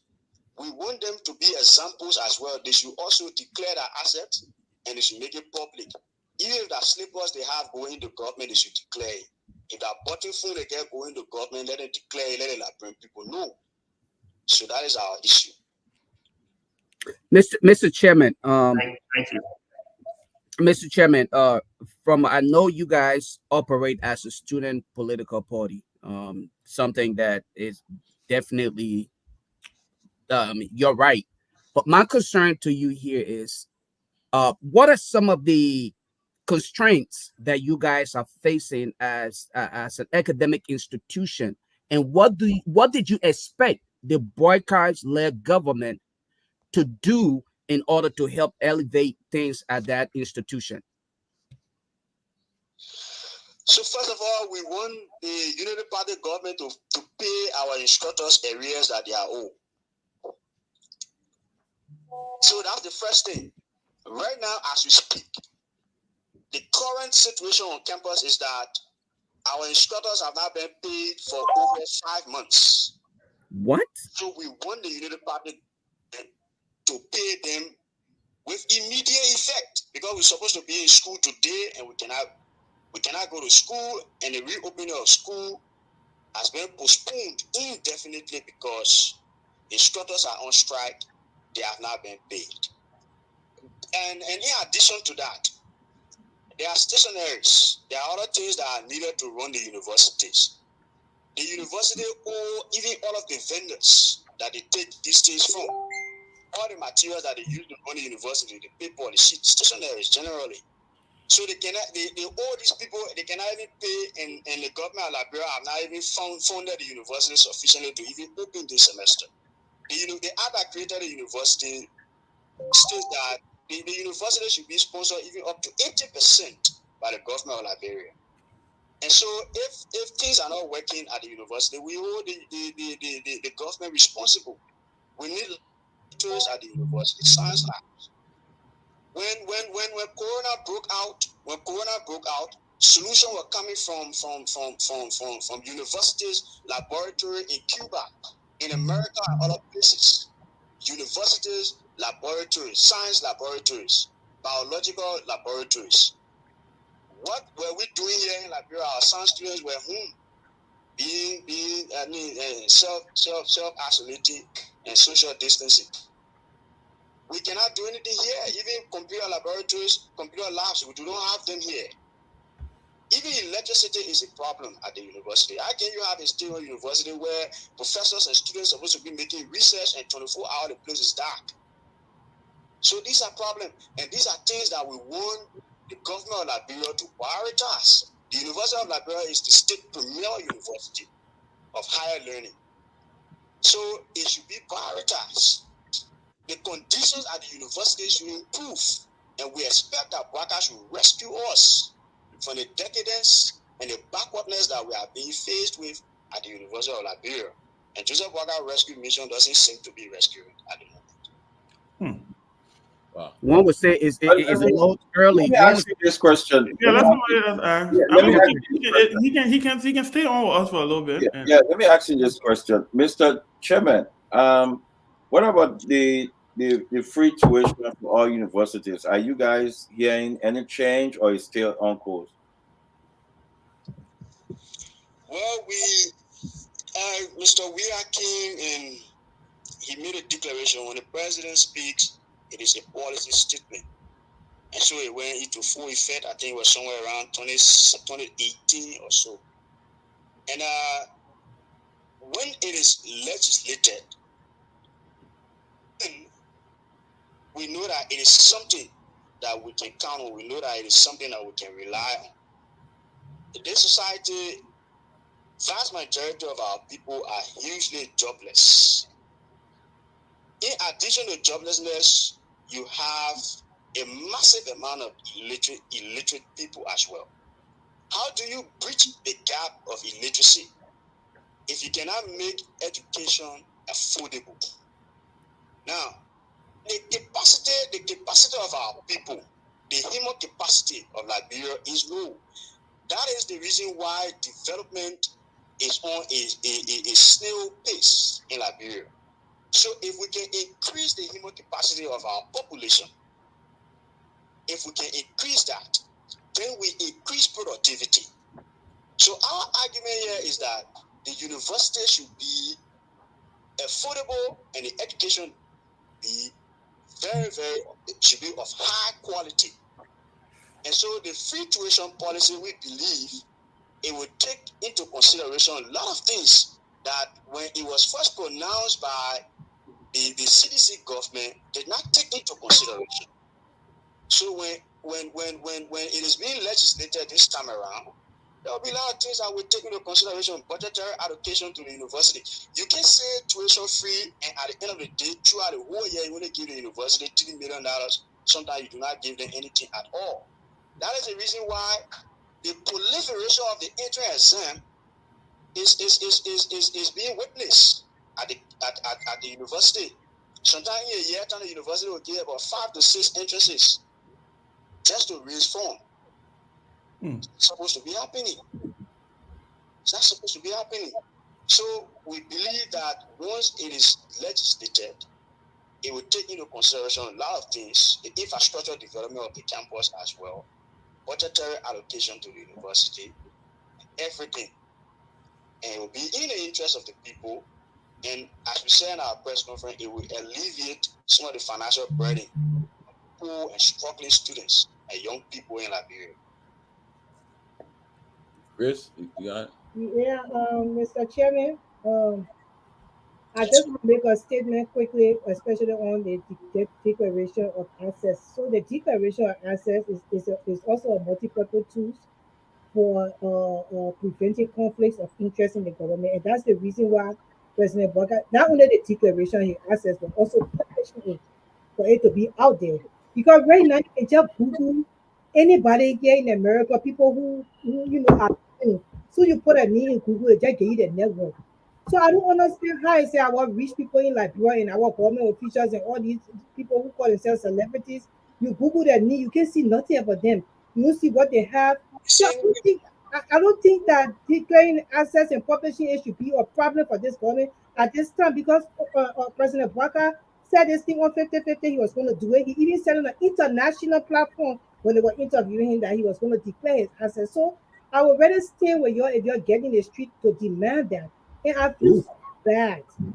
I feel so bad for the University of Liberia for them to take away from your going to school and try to shut the school down, close the school time or time indefinite. They don't know when you're going back to school. It take away from your learning process. In other countries, the people are moving forward. So these are the things that you really need to stand strong. I thank God that you came here to express that so the Liberians can know around the world what the students of Liberia are going through. Because our students are going through a lot. And if you can get your education, because you people are the future leaders of Liberia, how our country will be like in the next 10 years or maybe 20 years. And so that's why I say well, you need to get in the street and you need to protest. That's the right thing to do. Robert? Yes, so in coming days and months, if the Bwaka regime or Bwaka administration continue on this particular path, there will be unceasing protests in the streets of Monrovia. And if we cannot go to school, then Mr. Bwaka will not be allowed to go to work as well. Because we can't be sitting home. The situation at the university is very sad, it's troubling, it's worrisome. That the university will just be closed indefinitely. We don't know when we'll open. We can't be demanding, like you said, in this day and age, where we're supposed to know our public servants, we're supposed to net worth before coming into government, because Mr. President is supposed to declare an asset even before taking office. But he declared after he took office. Let him make it public. We shouldn't be, these are not some of the things that we're supposed to be even talking about in this kind of modern time.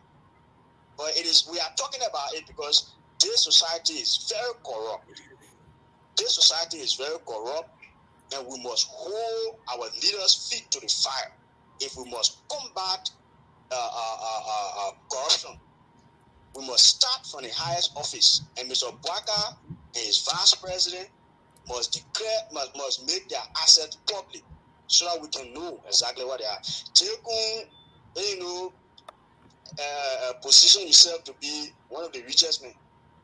Just like Human Bwaka over the years, I've always been looking for people that have money to carry on as running me or beyond Nukwe having money, say, with Nukwe vice president.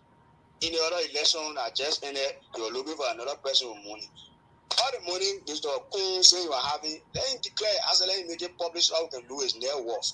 That when he leaving government tomorrow, we'll not know whether he stole some of our money, claiming to be that he was a rich man before getting into government. We don't even know what he has now coming into government. When he's leaving, why it is triple or quadruple? How do we know? When he steals from us, how will we know? Mr. Baka, who have been pulled throughout a whole lot, he said, been pulled, let him declare whatever he has, so that when he leaving government, we can also know, and throughout the administration, we can also be checkmating to make sure that he's not stealing our country money, and then make sure that whatever resources that we have is adequately distributed and redistributed to the ultimate benefit of the ordinary people. So we will never get tired. We usually say in our party, we are the masses, we never get tired. We will never get tired. We will consistently engage the system regardless of whatever threat we will face on a daily basis. We saw CDC were hunting, or just recently, Mr. Gray came out with some propaganda and started hunting Sioux militants all around the place only because we engineered his defeat in the just ended election because of the same corruption, corrupt practices. And so the Unity Party government will not be spared of the specter of the Revolutionary Vanguard Unification Party. Robert, Sam. your last question. Thank you. Thank you. Look, the chairman, welcome to the closing argument. You may not like what I'm about to say, but I will say, look, I believe that I, for one, have held the position that I think that the government, through negotiations and with students on campus and parents for that matter, should focus more on improving the academic the education of our students from not just college, but from uh, uh, um, preschool to secondary education.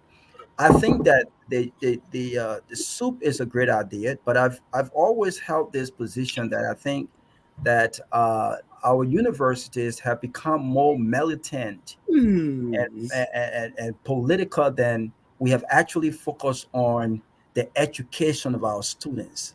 And when it comes to how can the government provide, the University of Liberia and all public universities in our country, the tools and the equipments to ensure quality education at the university, I'm all on board. But when it comes to this whole polarized politics more on campus and the back and forth between students and the government and other institutions. I'm not a fan of that.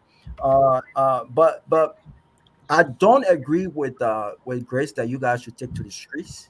I don't agree with that. I will recommend that you continue to exhaust efforts to have conversations with your leaders, conversations not just through soup, but through the parents as well, with the government, and continue to engage them civilly, respectfully, and demand from them exactly what it is that you need. But here's my question to you. My question to you is, as the chairman of SOUP, what is you guys' goal with regards to just primarily focusing on the improvement of education, not just at the university, but across the country, as opposed to this whole politics that have engulfed our university campuses? I mean, you won't believe how many students are more interested in politics and all of this stuff that goes on than actually graduating with a quality education. What are you guys doing to kind of limit that a little bit? Well, the Student Education Party on the campuses of the University of Liberia goal is to make sure that every Liberian child have access to quality education and affordable education. Now, the aspect of the politics, the being on the campus and whatnot, the politics affects all of us. If you're not interested in the politics is interested in you. There are things that happen in the larger society, as we usually say on campus, is that the University of Liberia is the macrocosm of the larger society, meaning it is a kind of a subset. So that everything that happens on the national scene affects everything on the campus. If gas price goes up, for example, transportation will follow. How students will commute to get to campus? They will have to pay the half cost of transportation fare to get on the campus. So these things affect us. That's the reason why we are very interested in the politics. Again, you can have people learning political science at the University of Liberia, and you say they shouldn't practice politics. You can have people reading economics at the University of Liberia, expect them to make economic analysis. So I think if the lifestyle on the campus of the University of Liberia was archaic or backward, then by now it should have been in extinction, like the dinosaurs. When times change, they could not adapt, they disappear. So the relevance of our politics today on campus is as of the result of the politics today on the national scene. So that's the reason why the Student Education Party has always taken a posture it has taken. But like I said, our ultimate goal as a student group is to make sure that every Liberian child, as per the Constitution, as per the Declaration of Human Rights, also the rights of a child, all of the international documents and even our own national constitution and what have you, we intend to protect the rights of every Liberian child to quality and affordable education. That is our objective. And Great, Can I say- great agenda on your part. No, so Yes. Great. Let us go around now. No, I We're want getting to a lot of us. before I have no, to. but wait a minute. Let me follow Well, up. no, we're not asking one question at a time. Only one We question. have to go. Okay. Yeah. So I can follow up. Okay, that's fine. So I No, just you can do a follow-up question if you want to. Do a follow-up. No, that's okay. Oh, the follow up. No, that's fine. That's fine. Okay, can I tell you something, Robert? go ahead. No, but if I can follow up, then Grace can respond to my He comment. said Because follow you respond, I have to follow up. Tomalin, are you moderating the show? Yeah, All right. So Let Robert do a yeah, follow-up yeah. Yeah, once 30 seconds. It's easier for Robert to sit here on the show, but Robert live in the great United States of America. You see? We go to school here. When we go to college, we go and we thank and our teachers, our professors come and teach us, and we sit in heat warm chairs and we drink coffee and listen to them. So it's easy, for you to just say. But if you had a school here, you were going to college here, and my son is in college right now, I'm about to take him back on campus, and they tell him that why we're closing your school indefinitely. We don't know when you're coming back to school just because the government don't have money and government is a continuation. You joking me and you telling them to not they should go and negotiate and do what? They're supposed to bring the tree and protest to go back to school. That's what they're supposed to do. So allow me, Tomalin, 30 seconds there. So first of all, Grace, I think you misunderstood. You and the chairman misunderstood my point.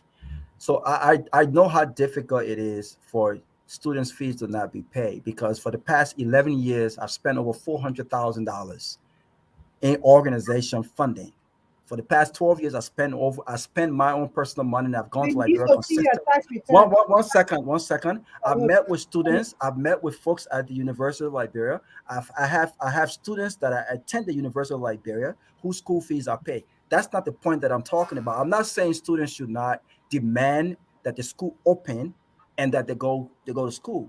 I'm talking about decreasing or curtailing this whole politics on campuses and focusing most on quality. So you can focus on quality most than the politics. When you have soup and others in making public endorsements of politicians, it don't help the advocacy when it comes to strengthening the educational sector, which is why I said from the beginning, I'm all for advocating for the strengthening of the education sector, reforming the education sector, which addresses most of that concern, but we can have educational growth on campuses where students are more interested in the politics of the day than actually acquiring a quality education. That's my point.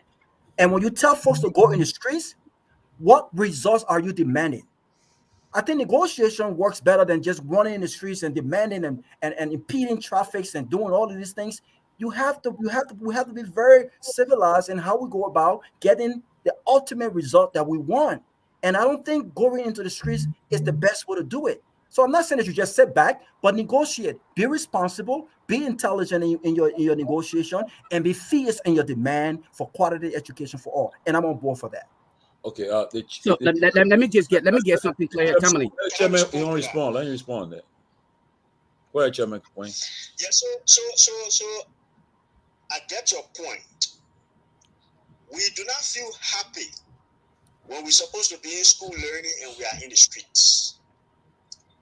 It is not a proud moment for us.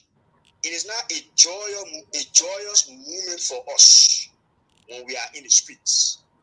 But we are subjected to these conditions. These conditions that are imposed on us by the recklessness of our leaders. So it is not that we are so happy that, oh yes, we're going to protest. We are so happy about that. I made mention earlier on of the science laboratory at the University of Liberia. Why would a student reading the biological sciences be under the Palava discussing politics when he has a fully equipped biological lab where he's busy making research 24 hours? You think he will have time to go on a Palava to discuss politics?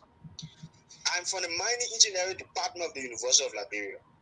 If I was out of mine, that is time I'm a graduating senior, I should be on internship by now. You think if I was at one of the mineral concessions company in the country now doing my intern, you think I'll have the time to be in the streets chanting battle cry?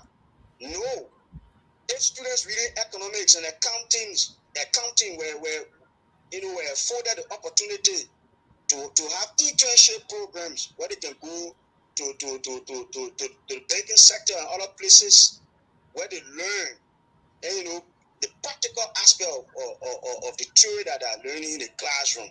If we were engaged academically, you think we would be on a Palava hall, we would be in the streets? So that is the point.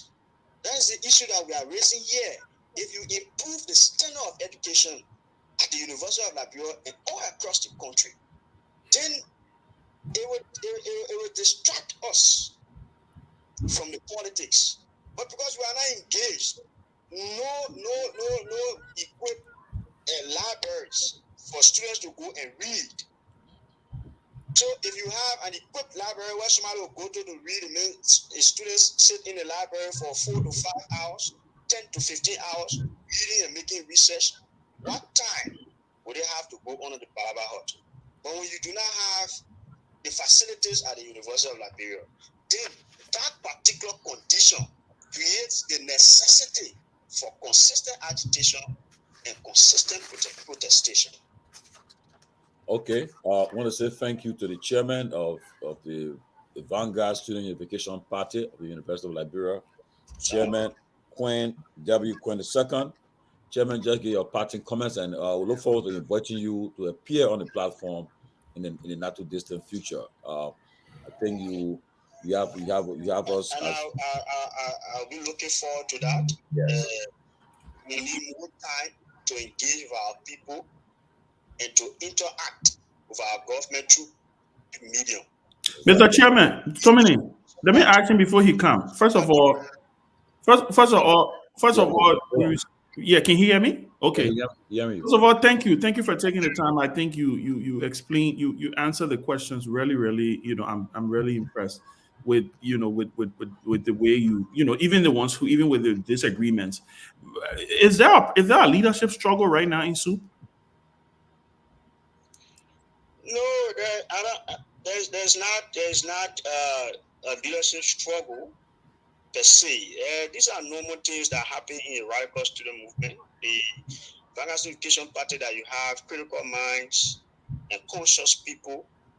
People will always air their view. There will always be issues. There will always be differences.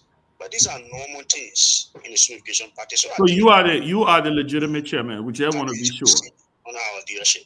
So you are the legitimate chairman. When did you get elected? Yeah, I am the legitimate chairman of the Student Education Party. I ascended to the chairmanship on the basis of ascendancy as per the party's constitution. Okay. That was recognized by the University of Liberia. So if you went to the university today and you asked relevant authorities that regulates student activities on the campus, they will tell you Gwen is the chairman of the party. Okay, thank you. We just want to make sure we're speaking to the rightful chairman, but we'll take your word for that. And like Tomalin said, we'd like to invite you formally to come on the platform and have an interaction with this thing. As you can see, it's a very diverse platform. So I look forward to talking to you. But thank you. Of course. And so before as I leave, still also I'm very grateful to the closing argument family for giving the students the opportunity to air their views.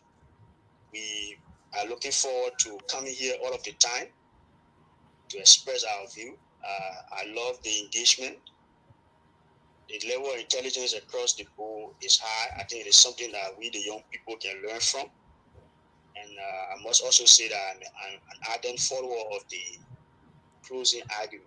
So to all of the comrades that are following us on this medium, we want to say to you that remain consistent, remain steadfast, continue in your bravery, and continue to agitate and advocate for a very, very just cause.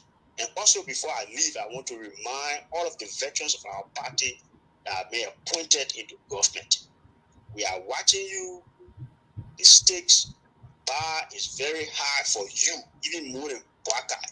Because Mr. Bwaka, he say he pull a few days in government additional money. But you who are the veterans of the party, the bar is high for you. You must set the standard and you must contribute meaningfully to the transformation of the society. Because it is in your footsteps that we are following on the University of Liberia campus. All of the things we are saying today, we hear you say them first for us. So thank you and have a God bless day. Thank you. Great interview. Yeah, he's a very eloquent young man, very eloquent guy. I like like Ben said, he was very calm, and even when disagreement came, he took on it. But that's what I want to see happen in our country. And like he said, I've been said for many years, University of Liberia is the microcosm of the larger society. Yes, they are the ones. And from the days of, I remember during the 80s, all the students that led the movement for multi-party democracy, they were all involved. Kofi Woods, the late Wood Tapi, all these guys, they played a part. Larry Topa, all these guys. And so yeah, when they are taking it in the forefront again, calling for the president to make his assets that he declared public, and other government officials, I'm sure they are watching and should take note of it. Roof say he very eloquent. He come here run now. Don't mind Roof. But let me say this. I was very struck by the interaction between him and Robert, right? And that's one of the reasons I love this platform, because there's I saw Robert and Grace going back and forth briefly. But let me say this. He did strike a point though. And I think until that point is tested, it may be a little unfair for us, because I also too kind of shared some of the concerns that Robert outlined, the over radicalization of the university campus, the politics and all of that. But like he countered and said, you teach political science, right? And let us also not forget that there are thousands, tens of thousands of students on the university campus, right? And SOUP doesn't represent the entire university campus. So I do agree with him on something that maybe, just maybe, if we are able to support the university as a country, as a society, because it seems to be every regime, we have this conversation. Every single regime that comes. I don't know if you guys have any thought on it, that when he said, give me my laboratories, give me my libraries, give me my computers, give me what I need, and see if I will be standing in the street agitating. I mean, what are you thoughts on that, though? And this is where I wanted to come in before you interrupted me, Ben. Robert spoke to the fact that these young people shouldn't have to take to the streets. Civil disobedience can be done in several different ways. It have been years upon years upon years where these young people have advocated, they have taken to the streets, and nothing is done about it. Some of the people who graduated from that institution, they are not looking back to say, what can we do to transform this institution in a much more meaningful way? They will get the government, and like the young man said, they will forget these young people and their quest. Instead, they will look to enrich themselves. So if the best way to gain the attention of government is to get in the street, like you said earlier, initially I was upset every time I saw these young people in the streets. I'm like, but what is going on? Why are they not going to sit in their labs and do their work and everything? But the young man just told you it's not even there. Some of these young people have to sit in classroom where the rain is literally pouring on them. So to what extent can these young people sit and negotiate? You can only negotiate when the platform is created. You can only negotiate if you have people who are listening and willing to act upon the negotiated or decisions or whatever. But you cannot simply be called to negotiate, and after negotiation, few hands for the people amongst you guys are picked, and then giving few dollars. Then they run away and say, okay, we're not protesting no more. And then the facilities stay the same way. Okay. Most academic institutions here in the United States, they have the mechanisms put in place. They are well equipped. If there's a computer lab, it is provided for students. So there is no excuse. If you decide to go and stand in the streets to protest, it is at your own detriment that you're doing this. So what we should be doing here is demanding that these young people be given what they need so that when it is provided, and they still decide to go and run around with their political ideas, then we can say you have everything you wanted or everything you requested. Instead, you're still roaming the streets because you believe this is the best way. Until then, we cannot say that they cannot go in the street instead. So there you have a Robert. All right. Lofa. So how This has many been times you want with you again? this has been a century-old situation with the University of Liberia, Exactly. especially since the Civil War. Exactly. The government, I don't know what it seemed like our past government have not taken education or made education a priority in that country. We see from the University of Liberia, that place, the children is just struggling to learn on their own, pretty much. But we remember during the COVID, kids were giving assignment on what's up. Liberia, the University of Liberia have about maybe 10,000, 15,000 students. Can the government not invest into getting like 50,000 laptops that you can ask China to give you, or ask some university or in Europe to give you for each student that coming into the University of Liberia, that you can give them a laptop and give them access to the internet, or even maintain generator and stuff on that university campus so that students will have access to even doing research late night. You got students graduating as engineer, but they have not even had an intern and everything. So it's a central problem. Bwaka is coming to power, will have the same problem. Other government will come because they have not made it a priority. Nobody care, and that's how come the kid. You have kids graduating from the University of Liberia can't even write a paragraph, can't even write a good sentence, can't even. Because you have not given the kids what they need. These kids for themselves. One time I was in Liberia, I was driving, coming from out of town, like around 11 p.m.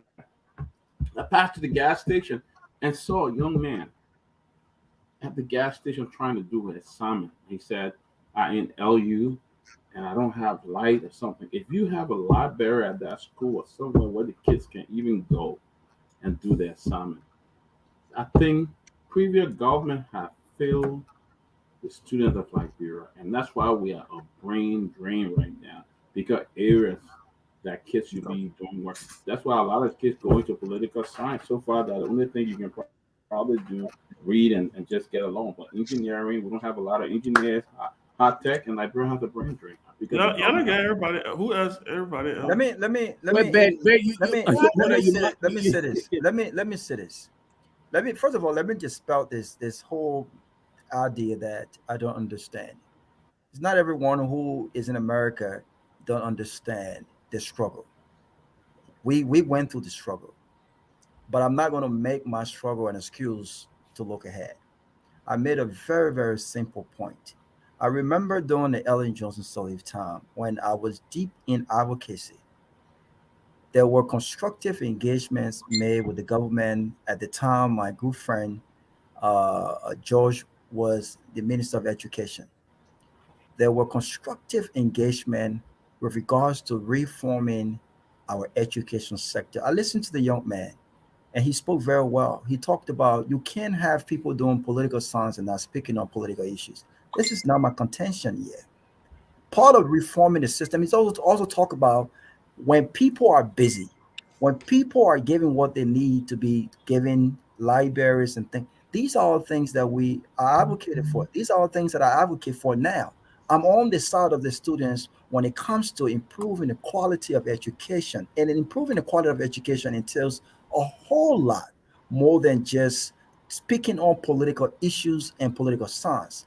But look at our students today. I had a conversation with one of the young men that I sponsor, and I asked him what it is that he wanted to become. He said, Robert, if I have my will, I want to become an engineer. But if I went to school to become an engineer in our country right now, what opportunities are there for me to really feed my family as opposed to doing political science? And I said, so is that the only reason why you want to go to University of Liberia to do political science? Yes, I want to do political science. Whoever you want to become, that's your right. Over the years, my point is, our students have our government have failed our students. But beyond that, if you look at our university campuses, we have lost the conversation as it relates to ensuring quality education, more so than we have discussed the politics, the day-to-day politics of the day. These guys should be focused on getting the quality education. And you know what? I will be with them on the issue of the government's responsibility to ensure that libraries, quality teachers, quality books, updated books, all of what they need to compete. I'm for it. But when you have organizations like SOUP and other organizations making political statements, strong political statements such as endorsements, you cloud that conversation. It becomes more of, wait a minute, what is the goal here? Are you on a look, students should not have, every Liberian student have the right to politically affiliate. That's not my point. Vote for who you want to vote for. But when you have the University of Liberia making political endorsements, when you have groups like that, whether instead of focusing on quality, demanding for students to get what student wants, it clouds the conversation. This is what I'm talking about. Look at our universities today and tell me how many students have not become militarized. People are wearing all of these different militant outfits. And, there are more militants on campuses than intellectuals. We can't encourage this stuff. In other countries, advocacies are done responsibly. We should not be sitting on this platform, Grace, encouraging and echoing people to go in the streets to protest and impede things, impede traffic, and to get these results. I think there are other responsible and more intelligent ways to do these things, do them continually, and demand the results, and we will help them to do so. But we've got to limit this politics on campus and up the tone when we talk about quality. So can we when you are dealing with people who are Robert, irrational, who's not going to listen, even as the student complain, they're not going to listen. What do? So protesting will make them listen? Have it worked in the past? Robert, You have to change the strategy. Y'all let me pray. Let Grace respond. let me respond, because Robert Gakwa come here and he just take all the time to talk, and Tomalin just sit down and allow him to talk because he has, like other people have to talk. This is man, you took 7 minutes to talk the last time. Guys, let's get back to the conversation. Guys, let's get back to the conversation. You knock it off. You knock it off. Don't worry about what time I Peaceful Grace, protest is not a crime. Grace, let's just. Robert, You Robert, knock it off. Hold on, I'll take a speak. You take knock 17 it off. minutes to talk all A the time. Knock it off. typical Liberian man, the 20%. You knock it off, sir. You knock it Come off. on now, Grace. You Let's don't talk to me like that. We're not gonna break down. Yeah. Let's. What I'm All right, trying but to the say closing is that argument. That's all. Nothing wrong. peaceful protest is not a crime. People can decide to do it. They did it a lot of times when Ellen Johnson was president. When we became president, people were in the street protesting. It's easier to sit down. You know, it breaks my heart. When the young man came up here, what he said in his closing argument, it just broke my heart that we don't have other things given to us. We want to do other things. We want to pursue other careers. We want to engage ourselves. We want to do research. But where is the facility for us? And they are being left behind. For somebody to be telling you that you should leave school indefinitely while other people, your classmates in other countries will be graduating at a certain time, you think it's easy for anybody who wants to pursue their career and meet their destiny for their future life? You think they will want to just accept that? So to get in the street, nobody says that when the people get in the street, they're going to break stuff. They're going to march for their rights and say, you know what, we want the university to be open. We want to go back to school and we want to learn. It's their right for them to do that. But if you're saying that they should negotiate, the society that the people live in does not call for negotiations in a peaceful way. And when I mean in a peaceful way, sitting down and having conversations with the people that are in power. Most of the people in power just succumb to or maybe agree to protest, and then before they can meet the children halfway. So the children have to fight for their future. We all came from a war-torn country. We all went through stuff, but we came and we got a better life here in America. Some people left there. Some of these children were born right after the war. They never experienced any good thing in their life. So it's not fair to say to them, oh, go and negotiate. Like you got a kind of society that you can negotiate with. The people in authorities, when they get there to steal and take money for them and their family members and leave the poor people, children, and you don't want them to get in the street and do a peaceful protest and say, okay, we want the university to be open so we can go to school. It's just fair for them to do that. It's fair. And I hate for Liberian people to always think that when the people protest, you don't want to cause problem in the country and you want to bring chaos in the country. No, this is not about chaos. Two people can get on the street and protest and get their message across, and something can be done because of those two people for the majority of the people that suffer from it. So it's just a fair thing to do. And the power will come here and start to say that, oh, you know, I did this. All of us on the platform have done a lot of things for Liberia. If some of us sitting here to tell what other people have done for Liberia, you put your hand on your ear. So a lot of people have done, all the Liberians, American Liberians or Liberians that live in America, majority of us are doing great for that country. So we're not here to say whether you spend $400,000 and you or your money. So people spend more than that. So cut that other narrative up, brother man. Let's move on and talk about Grace. In your closing, please tell where you got your stats of your 20% Liberian men from. That's all my Guys, you're not big progress. Larry, hasn't even said anything. Because most of the Liberian men, Yeah, I think we need to move the conversation on. Insulting women on Facebook But great, you didn't start you though. That's just the exactly. I don't understand where this is coming from. Right. You just made an assumption about me, telling me it's easy to understand in America. You don't know me. You don't know my life. You don't make an assertion that it's easy. You don't understand what you're talking about. Again, you need to use responsible media to get the best outcome and not sit on platform and echo. That's unacceptable. Martin Luther King was forward, guys. Can we move forward, please? Stop protesting. Martin Luther King protest until he got what we enjoying today. He did not stop. So yeah. You gotta get used to the hot talk. Yeah, Peabody, can we move forward? Let's move forward. Let's move forward because we know guys. We are moving forward. Let me progress. Look. Okay, guys. Larry hasn't said anything. Yeah. Larry, you want to say anything before we move on to the next topic? So let me just. Larry, I was sitting here, we're just quiet watching you. That's right, Kev. Let go get a bottle. Let go get some beer and yeah, my brother. Yeah. Oh yeah. I'm not part of it, Larry. All right. You care for myself. But let me say something real quick. You know, I like what the guy from the chairman from SOUP was saying, and it was really heartbreaking. But here's the issue. You realize that when the NCC scorecard came out, like the two lowest scores that Liberia had were in the areas of education. The one was the percentage of young girls that are completing primary education. Liberia had the lowest score in that group. The other one had to do with the amount of money the Liberian government spent in education. It was one of the lowest.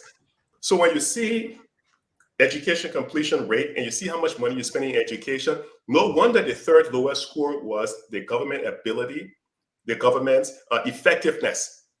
Because the people you're bringing into government, they're going through your educational system. You're not spending enough money in education. No wonder when they get to a government job, they're not effective.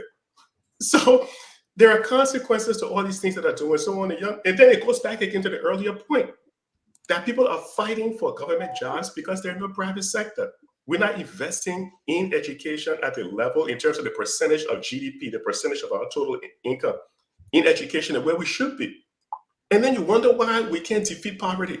We're in this perpetual cycle where we spend 95% of the budget on recurring expenditures. We don't put money into things that would grow the economy, that would grow and move people out of poverty. It's just endless. And that's why Liberia is in the top 10 poorest countries in the world. I want to just say just Africa, in the world.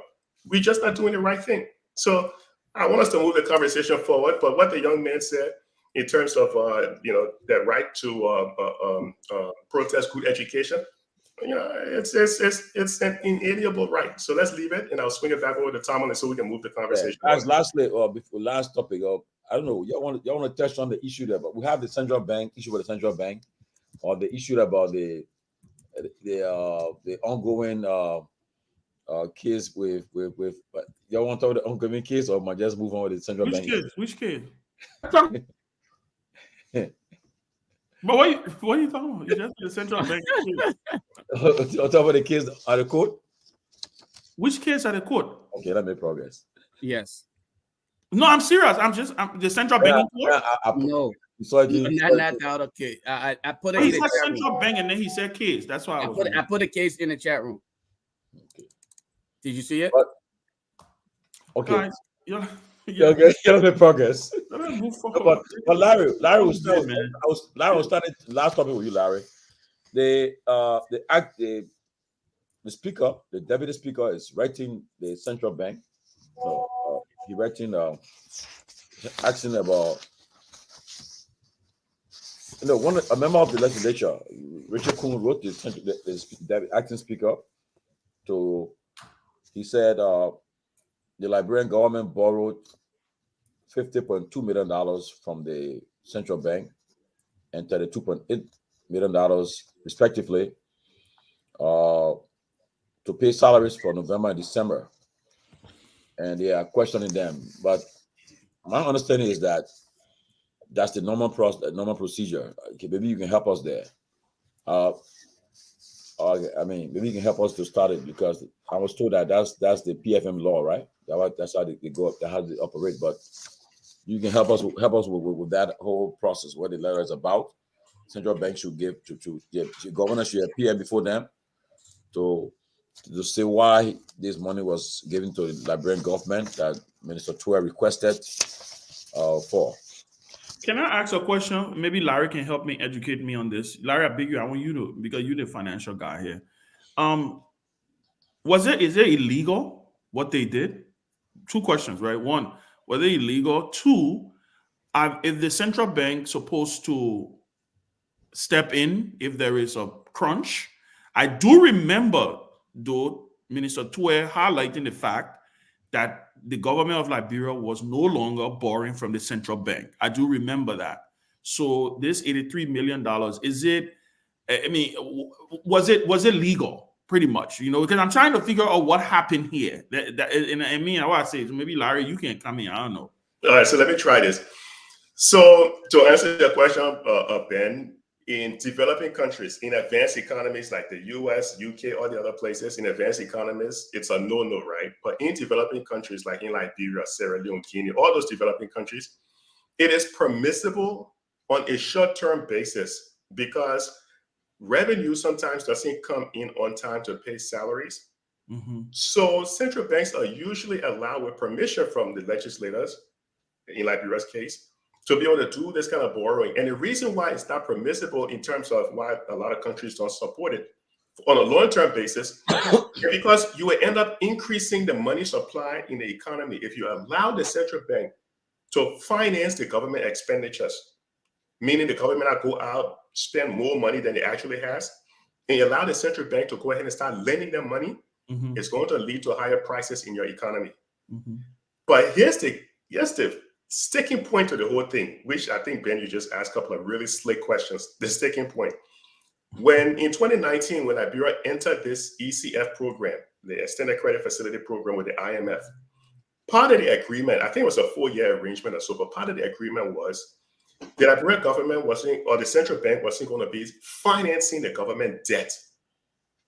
Now, they agreed to it because the IMF wanted to keep an eye on the government's debt, the total debt. Because if you're borrowing a lot of money, like from the central bank, internal debt, or externally, you run into issues where you may not be able to make your debt payment. That is why the finance minister of Ghana got fired on Friday, because they kept missing the debt payment. When you have way too much debt, eventually you're spending so much money just to pay. Is it Ken Ofori Atta? That's what it is. Exactly. Oh, wow. Yeah, because they have missed so many debt payments. They went into the IMF program. And you know they removed him from the job, right? They got rid Yeah, of that's him. what he said. He got fired, right? Yeah, He got fired. Yeah, he got fired because they keep missing debt payment. And Liberia, and this was the warning that the IMF told Liberia, if y'all keep borrowing money from the central bank, you're increasing the amount of debt the government owes. You're also borrowing money from the IMF, the World Bank, the other international partners. You're increasing the debt. Remember, Ben and the rest of the team, guys, you guys remember at one time, I think, Swear missed debt payment either to the World Bank or the IMF and a suspended line of credit? Because this is what happens. So, Ben, to your point, you should do that only in a very short window whereby you have notified people. Don't do it in secret. When finance ministers in Africa start doing the kind of stuff in secret, it's dangerous, extremely dangerous. And I think that's what the law was trying to prevent. Don't be borrowing money undercover late at night, slipping a little message to the central bank and telling them to lend you money. That is dangerous. And this, I don't want to kind of go backward in terms of the conversation, but this could probably be grounds to remove the central bank governor from a tenure position, because that is a complete violation of what he did. These things are meant to be made public. So that whole borrowing thing, the good news for for Twe is they're no longer there. So he can be held accountable. Are they going to bring him back? I don't know where he is right now, but are they going to bring him back? Probably not. But the government is out. This is something for President Boyka to deal with. And I don't know how much recourse or how much action they can probably do. The only person who left on the hook is the CBL governor. He's the one who's on the hook. Yeah, but Larry, I sent you some documents. Maybe you can check your messenger. Maybe according to what I'm learning, the central bank acted within the confines of the law. Whatever money they release, they give to the government for request. But you're supposed to notice the legislators. Are they not supposed to notice the legislators? The central bank cannot be lending money in secret, because they can, like I said early on. So the legislature contention here is that they were not aware, pretty much. Exactly. Okay. So in developing countries, it's okay for the central bank to monetize, meaning to lend money to finance the government debt in a short window, because revenue hasn't come in here to pay salaries. You cannot shut the government down in Liberia. You can't do it. You just have to notice the people. But the problem is you have another deal with the IMF. But you told the IMF, you're not going to do this. You told the IMF. So if you lie to the IMF, and this is why I keep saying this guy, Michael Cheng in Mozambique, this is how he got in trouble. He was doing things under the cover of darkness. And the legislator had no idea the amount of money he was borrowing.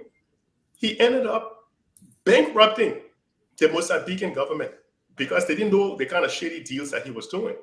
So you tell the IMF one thing, you don't have credit rating, you can only borrow money from on concessionary basis from the IMF, the World Bank. You tell them one thing, you get into the ECF program in December of 2019. Then you turn around and you go and you ask the central bank to lend you money without notifying the legislators, the IMF sees that, you're in deep trouble. The good news, they're no longer there. So my man Santua is not on the hook.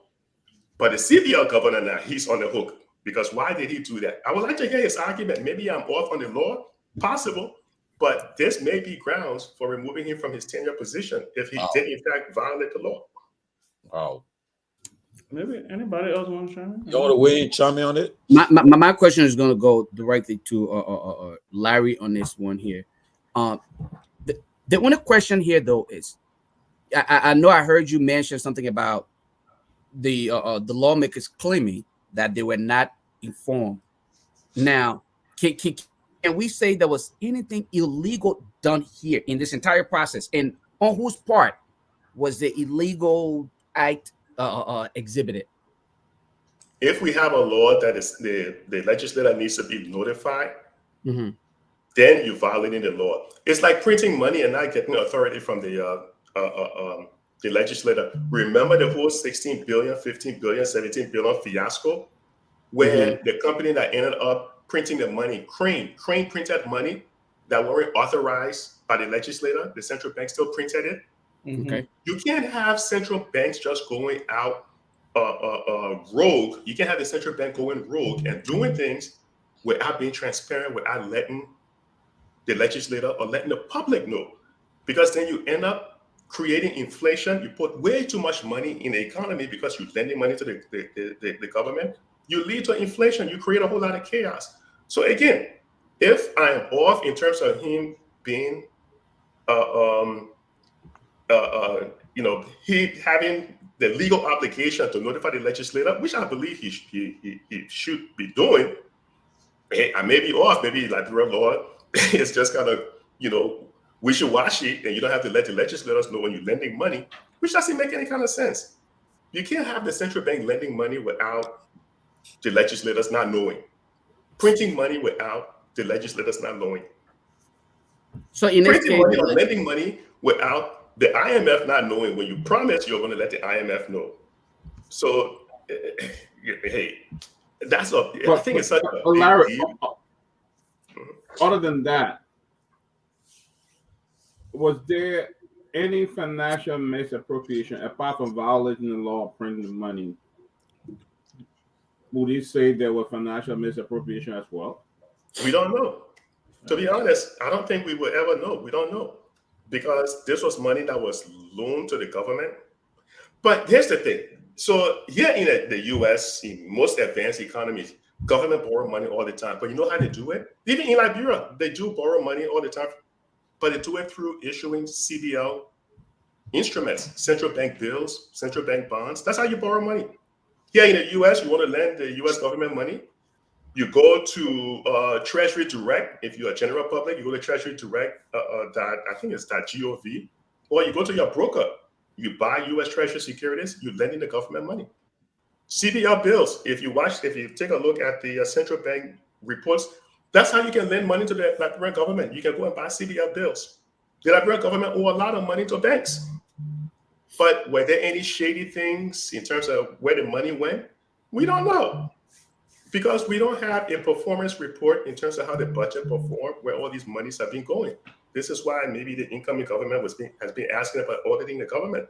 So, Doc, to answer your question, I don't think we know unless we actually do a true audit of the government and see if that money went to pay salaries or it went to something else. Wow.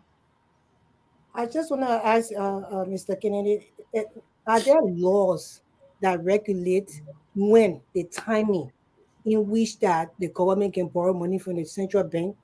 And also, I don't know if there are laws on the books that stop the central bank from giving the government money when they want to borrow it in a certain time frame, especially when there's a transition in government, an election's coming up. For me, I just feel that there should be something in the books that, especially with the turn new position, that now the legislature can call this bank, the bank governor, to come to the chambers and interview him and see how they can really take him from this position, because this is just, to me, it's just plain wrong, especially for this new government that coming in. How would these people now, like you see what happening in the University of Liberia, is closed now, time indefinite. So with that kind of money being borrowed, how would this government even come now to have enough money to carry on the government? I You know, Grace, you raised a good point. And in fact, the fact that the Liberian dollar has been falling against the US dollar, who knows? Maybe that money that was borrowed, who knows how it was actually used? Maybe it led to the Liberian dollar losing value, but we really don't know. But is there any laws? I'm not aware of it that could possibly be. In terms of timing when you can borrow from the central bank, it depends on the situation. So we know especially the holidays, the big holidays in Liberia, right? July 26th, Christmas, all that thing. We try to put a lot more Liberian dollars in the economy because of all the activities taking place. But if you also had a situation like when you had the coronavirus, right? Not corona, yeah, the COVID. When COVID hit in March of 2020, that's a situation where you might look to put a little bit more money in the economy because the economy would slow down. So depending on what's going on, the central bank can adjust its strategy to meet the demands, right? If it's a holiday, Christmas, 26, COVID, Ebola, any of those things, that you can do something like that. But it has to be transparent. You have to be transparent. Let the Liberian people know what you are up to. I don't understand why governments cannot be transparent, especially in Africa. We got to corrupt. Corruption. Rampant corruption. Corrupt. So you never don't forget it. It ain't a book. That corruption. Rampant Don't we corruption. have IMF folks? Don't we have IMF folks at the central bank? Look, you know the problem with the IMF too is they don't understand some of the shady ways people can hide money and people can move money. You know, I don't want to say this, but it's true that even in the US, there are instances where you can have financial regulators come to like a big bank to do their audits and it still cannot catch everything. How in the world can auditors come to Lehman Brothers, do the audit, didn't catch it, and Lehman Brothers, one of the largest investment banks, failed? All these major investment banks failed, and you have the Fed, the SEC, all these FINRA, all these guys that are in the US, they still didn't catch it. So auditors, then sometimes, you know, it's the old saying, sometimes you need a criminal to catch a criminal. But if you put somebody clean in those banks, they just maybe don't understand some of the shady things that, you know, some of these corrupt individuals they can do, man. It's difficult sometimes to catch them. But Larry, I think the idea behind auditing is not to actually stop it though, but to quarantine, as we will refer to it, on the entire act of corruption, because it's almost impossible to stop corruption. But if you can have it quarantined to some extent, then you probably can limit it in so many ways. But I don't know whether we can really stop corruption when it comes to the actual, minimize it, especially where you go, especially when it comes to like the Western world. It is minimized to some extent, but Africa, I want to focus on Liberia specifically. Liberia, where corruption was birthed, I don't know whether we can even minimize it. It's almost like it's running around with everybody in their pockets. Yeah, but here's the other thing, Lofa. I'm going to ask you guys because I'm trying to remember who was the central bank governor who around election time was doling out money to market women at different Mills Jones. It was Mills Jones. Mills Jones. You saw how Mills Jones bent the rule because central banks are meant to lend money to other banks, financial institutions, and be sort of the lender of last resort. But Mills Jones ended up lending money to ordinary people, market women, and it was a great big fuss in Liberia. People were arguing about that stuff all day. Did Mills Jones pay any price for that? Did anybody look into it to see if he violated the law? People break and bend the laws left and right in Liberia, and nothing happens. And you cannot you cannot grow an economy, you cannot move a nation forward without the rule of law. It's never happened. And I can see it happening in Liberia. And we just talked about it when the show started. We talk about how people are bending the rules for tenure positions. We talk about that.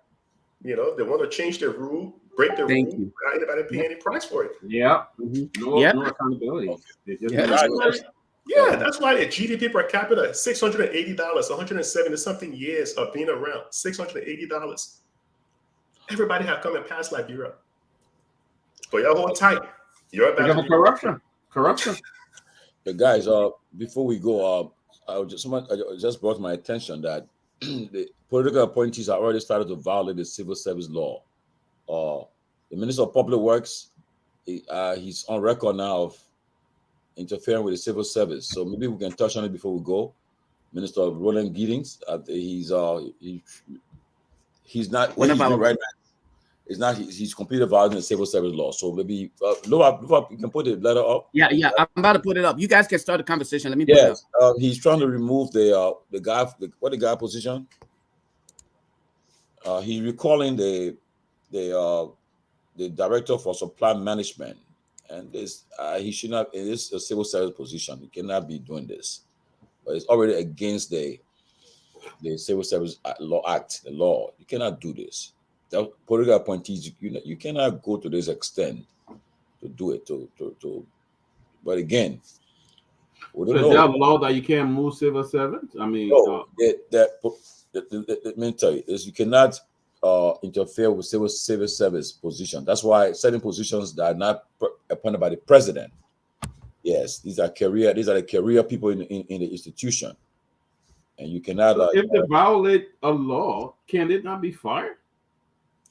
Political appointees have no authority over civil servants. The civil service law, the strategic, you can.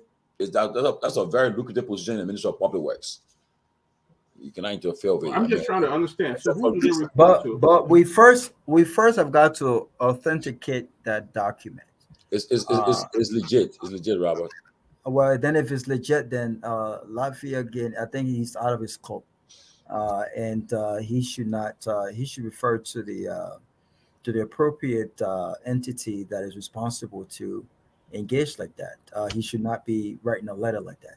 It's completely out of his scope to do so, and so I would think that he would know that that's completely out of his scope. If that is true, I'll reach out to him tomorrow and find out.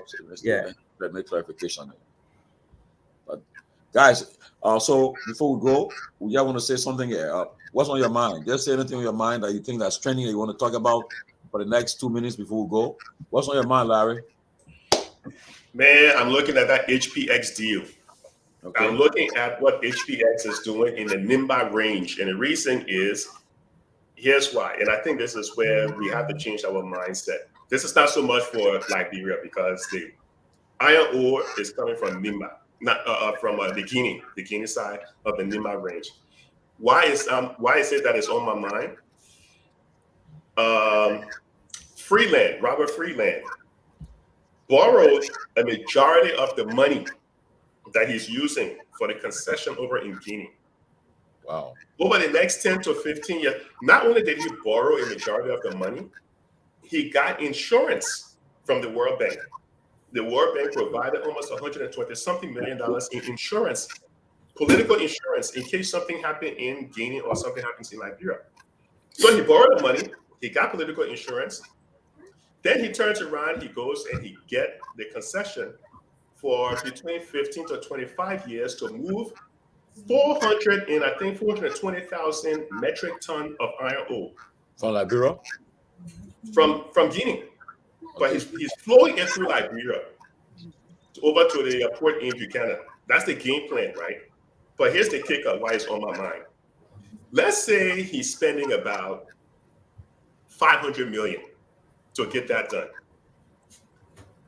The price of iron ore and the amount that he's pulling out, the minimum Robert Freeland is going to make will be around $60 billion. Wow. He's giving these African countries a few $100 million. He's going to make around $60 billion with a B. Why is it that we in these countries, Guinea, I know Liberia is not affected right now because we're going to putting up the rail lines. Why these African countries cannot take their natural resources, turn that natural resource into an end product and end up making 1 to 2 trillion on it and growing the economy. There's something going on in Africa right now. The Libido corridor, where you have Zambia, Democratic Republic of Congo, and all these other countries involved in this. Like, you have China and America fighting right now to pull a lot of resources out of Africa over the next few years. I don't want to say it's a type of neo-colonialism, but it appears that way because you have big companies coming in Africa and putting a lot of resources, not building factories to get the end product that would create thousands of jobs and get people out of poverty. Instead, they're grabbing the raw materials and running with it. That is on my mind. And I think it's something at some point somebody needs to look at. But I think JMB right now, the railroad would be beneficial because it's a multi-use railroad. But I don't think we should do concession on anything within the Nimba range. Let's see if we can use our own iron ore. Do what he did. Capitalize that thing. Go to Wall Street. Get the money. Let's do what he did. Get the capitalization. You can raise almost $1 trillion with your resources, and you can get Liberia into a middle income state in no time. That is what's on my mind. Wow. As I go to Grace next, I want you to please, we got to really go have a show on that HPX deal. We try to dig deeper into it. So we try if you can get us and then do some research information, discuss that HPX deal will be so good for the public. Larry, tell me quick. Let me just share with Larry on this thing here. A big brother of mine, Dr. Kweye, he shared with me almost 13 different PDF documents on this HPX deal, right? I will share with you. I haven't even done due diligence to read through it, but we had almost 35 to 40-minute conversation. And he sent me this document. He said, read it and share it if you guys have time to discuss it on the closing argument. I'm sensing and I'm smelling something here. I even made a post about it today, asking that people invest time in it. And I'll share with you before I even read through it. But definitely that's a great point that you just struck here. That I don't know, but I'm scared. That's all I can say. I hope we'll find a time sometime this week to do that. I hope this HPX, because I was told that the whole HPX deal involving, I think Metal Steel is involved too. Yes, and then other stuff we gotta dig and find what's happening, because money was paid to the former government, and then again we gotta find out what's happening. So we'll find a time, we'll get a more research on it. We can have a whole discussion on it, have a whole show on it. Chris, what's on your mind? That's trending on your mind. I wrote my own stuff that on my mind. So on my mind today is the future of Liberia, for women rights, also for the students' rights, because it broke my heart for the chairman to come here and say what he said today, especially concerning the education, the structuring of the education system for better citizens to lead tomorrow, because it's apparent to us right now that we majority of Liberians were never better citizens, so maybe we were not prepared. But what are we doing to prepare our children for the future of Liberia? And the right to protest is not a crime. Martin Luther King did it here in America, and that's why we are here sitting on this platform today. We have the right to work in America and drive our own cars, and cars, and fly, take flights, and sleep in hotels freely. So that's why on my mind, for better education, to change the mindset of our people. Because at this point in time, we notice that now, when you see in the society, the Liberian society around the world, I'm talking about only Liberia, even in the diaspora, how our people are so primitive when it comes to real issues concerning our country. And you see that they don't even know, because why? Our future was really taken away from us, especially this generation, our time, was taken away from the learning that we're supposed to have to better our country. So it saddens my heart, especially for those students in Liberia. I hope the government will take it serious. Don't even allow them to come to do their peaceful protest. Do something for the students of the University of Liberia to get back in school. Thank you. Robert, what on your mind? Well, I'm a big sports guy, and my two of my most favorite teams, Manchester United and Lone Star. So Lone Star just got a new head coach. New head coach, right? Yeah, a new head coach today from Romedia. And I'm excited about that. But I'm still doing my due diligence on him. He's the first coach that's going to come with his own full background staff from England. I think another is from South Africa, and another one is from Malawi. But look, uh, the I will say this: every Liberian citizen, be it students or whoever, has a right. We cannot debate the rights of every citizen, but in this century, as we engage our political leaders, I think it is wise that we think about other ways, other functional ways to get best results. I think it's very important. We have protests, we have protests, we have protests, we have protests, we have protests. Beyond the protests, we have gotten the same results. And those who have been engaged in protests have also been engaged in electing the very same leaders every time over and over and again. So it speaks to a larger concern here. If you're protesting and politicians are not listening to you and protests have not worked, then you've got to change the strategy and say, look, what approach can I take that actually works? You know, like Alex Cummings says, if you do the same thing over and over and somehow expect a different results, it doesn't work that way, right? And we must also remember this: where your rights ends, another person's rights begin.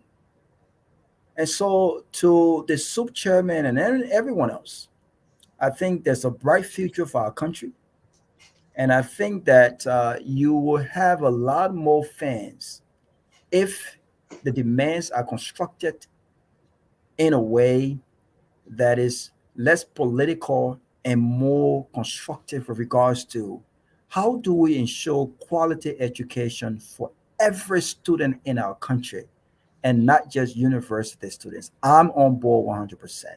But I would not sit on this platform and echo and encourage you to run into the streets and protest. I think your concerns are valid, and I think that every well-meaning Liberian wants their kids to go to school, but we have a larger problem here that we must address. The government must be serious about addressing this issue. And I think we have to look at other ways. How can we get best results? How can we engage not just our elected officials, but other folks in our community to ensure that government and representatives are actually doing what they were elected to do? Great. Kev, what's on your mind? Well, what's on my mind is the current situation, you know, that going on, especially the way Liberia is moving, especially on the tenure position, you know, because we know that folks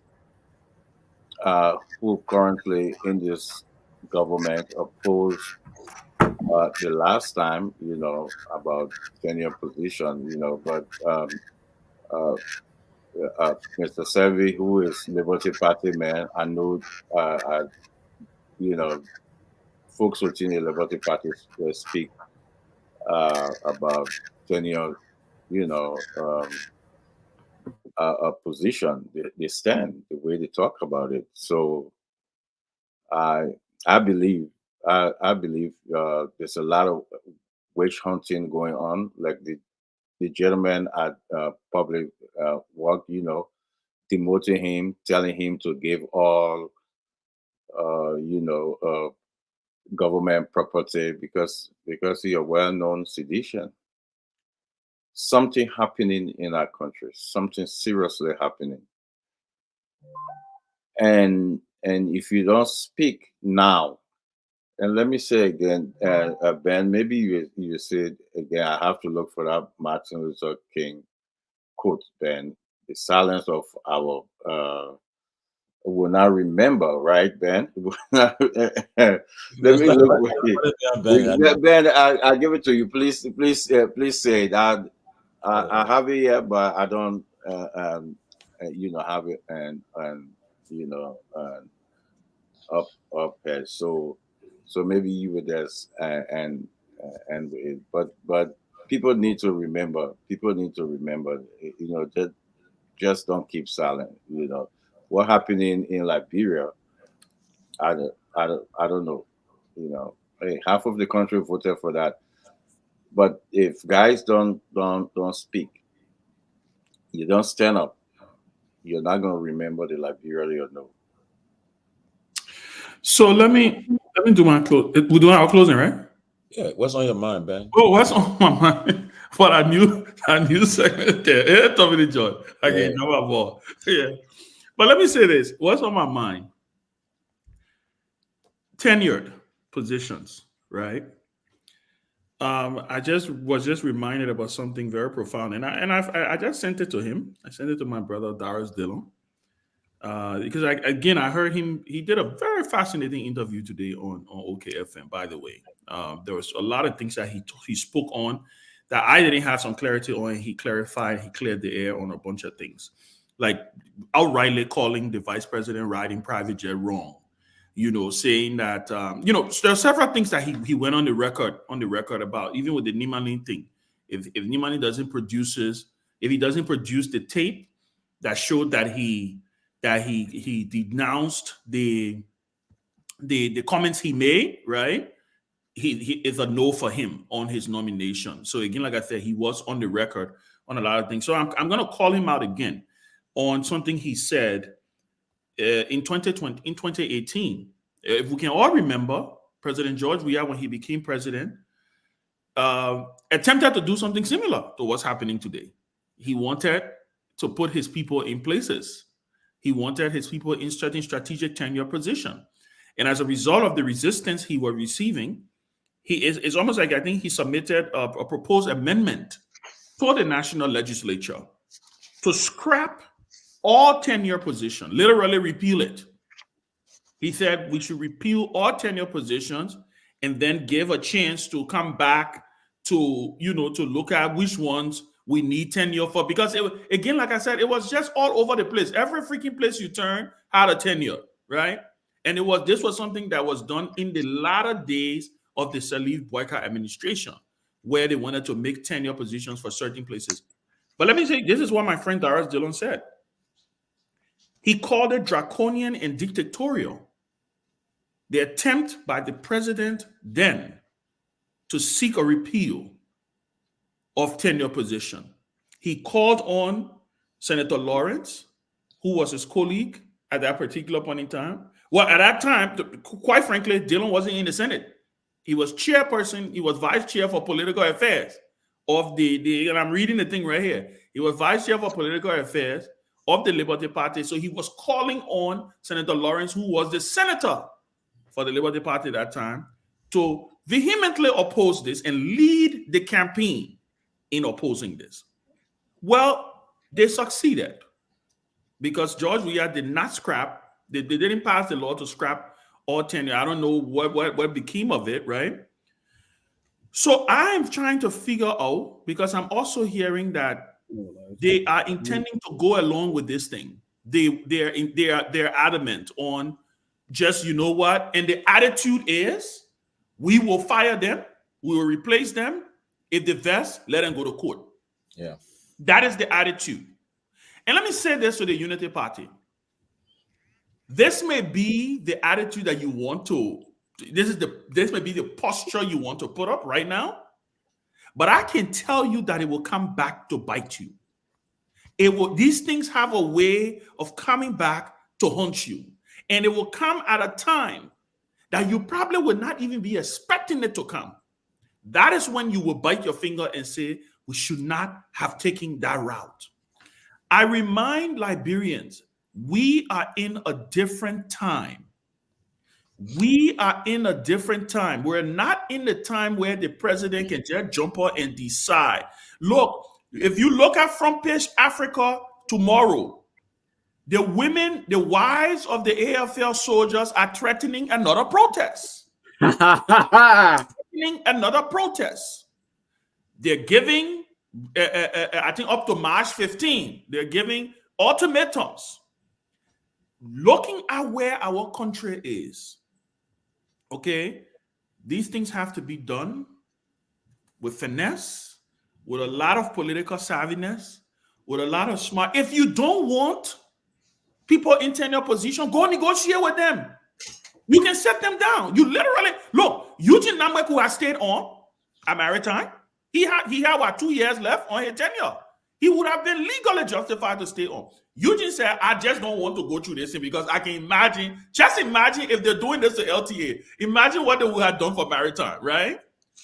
But I think the Unity Party government, the president, can have a conversation with these people. If you feel some of these people don't share your vision, but it will come at a cost. It will come at a cost because, like Larry said before, a contract is a contract, right? When you sign a contract, and especially knowing who President Joseph Boyka is, he was the vice president and the president of the Liberian Senate when a lot of these things were enacted into law.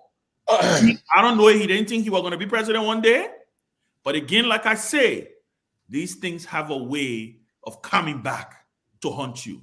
That's what's on my mind. Lofa, what's on your mind? What's on my mind? I want to start with the president's fakery in his asset declaration. Honorable Boyka during the campaign promised Liberians that he would be different. He would be transparent. He also said, and I quote, "You should not give a man's job to a boy." And that is the reason why we experience the kind of government that we experience under on President George Weah. So today, to see that Honorable Boyka in his inconsistency in even appointments, asset declaration that was done and kept in the brown envelope, and then playing the Darius DeLon style. They again bought into the fakery of just showing up for the cameras and then hiding the reality in the back. Those are my concerns. And again, looking at everything that have happened over the past few days, to see that a group of people who promise change, transparency, integrity, government of integrity, to start the first few weeks to appear, if we were to critique them, to be worse than the government that they claim they came to replace and the people they came to rescue, is pathetic. It is on my mind because we have a long way to go. When we have to deal with the likes of Darius DeLon and other people who were given opportunity to help resuscitate the state of the nation, but instead they use this as an opportunity to insult the intelligence of the likes of you, Tomalin George, Robert, Keff Hassan, and others who come here on a daily basis to speak in the interest of Liberia. We should be concerned. It's on my mind simply because we as Liberians, we continue to regress in success as others continue to progress.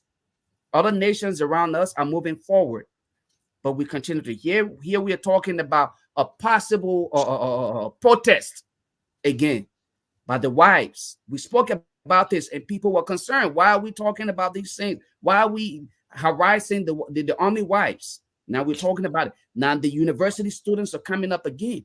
These are all things that Honorable Boyka, through his 12 years as vice president, he experienced some of these things. These are not, they didn't just pop out of the blue from anywhere. And I'm pretty sure in his 40 years of government, he experienced some of those things. So why are we here today experiencing, in 3 weeks' time, experiencing some of these things? And now we are discussing tenure positions where they are forcibly moving people out of their position. I'm concerned about Liberia. I'm concerned that we may not achieve what we want in the next few years, because those who promise us true government, true understanding of governance, have failed to do due diligence, and we continue to fall back. And those who we claim were uneducated, were amateurs, are shown to us that what we did were far better off than what those who are educated and experienced at governance. Today we see where we are going. I'm praying for Liberia, and I'm praying for better judgment on the part of those who find themselves in government. And I want to close on this note. The tenure position, and I advise against the idea of removing anybody because you want to satisfy your partisans or other people in government. I totally speak against this. And if it boils down to this, I will support any idea of protest against this idea. If you are to remove these people because of some partisanship or the refusal to align themselves with your group, and you remove them, I will support any protest that they decide to carry on. I close What's on on my mind? Okay. Also, my mind is the same about tenure position, because while I was on the show, I got people from UP texting me and telling me that this, like Ben said, there's a plan that they already sketched and they're gonna go forward with it. They are determined to remove these people. And some of the partisans have been saying that the only position they want is to go to LTA. So it's something they have planned, and they have planned. They come up with all kinds of reasons they're going to do it. The evidence that they have in the possession, they're going to do it. So, again, I tested Delon on the show though, Ben, and he answered all my questions. I asked him, he answered, but the particular one about this tender, he did not answer it. When I asked him, yes, exactly. He evaded my question about tenure. So that means I want to believe, for the fact that he's not answering this question, he's going to know what's happening. And it's good that you recollected about what he said in the past. And if Delon should be part of this process, I'll be very disappointed in Delon. And I will publicly call him out. He's somebody who I hold in high esteem. I respect him. And I always say that in fact, last year I voted him as Senator of the Year. I felt that Delon was always on point to hold the government accountable. He brought a lot of institutional changes in the Senate for people to vote on record and so forth. But to now see him, if I find that he's part of this process to remove tenure officials, I'll be highly disappointed in Delon. Honestly, I will call him out. I will call him, because I don't think that's a way to go. When President Weah wanted to do it, I remember, Ben, it's true. President Weah was stopped. He wanted to do it, but they stopped him from doing it. He tried to remove tenure position. He left it. When the tenure expired, he appointed people he wanted to appoint in the positions. So President Boyka, if the same thing, if the positions have been acted into law that calls for tenure, I think the LTA got 2 years, 6 months remaining, and the other institutions, you follow the law. You should not go about because you want to put the partisans into the positions to do it. And again, if the CDC come up, if see that they are being affected through whatever the case, and come up to call for whatever they want to do, the partisans will support them. And I was telling somebody, I was testing on UP person, I said, you don't want to see CDC in opposition. You know that, right? They know how to do opposition. They know how to do it. It's not, when they say they're going to pursue something, they're going to pursue it. So I don't think it's fair.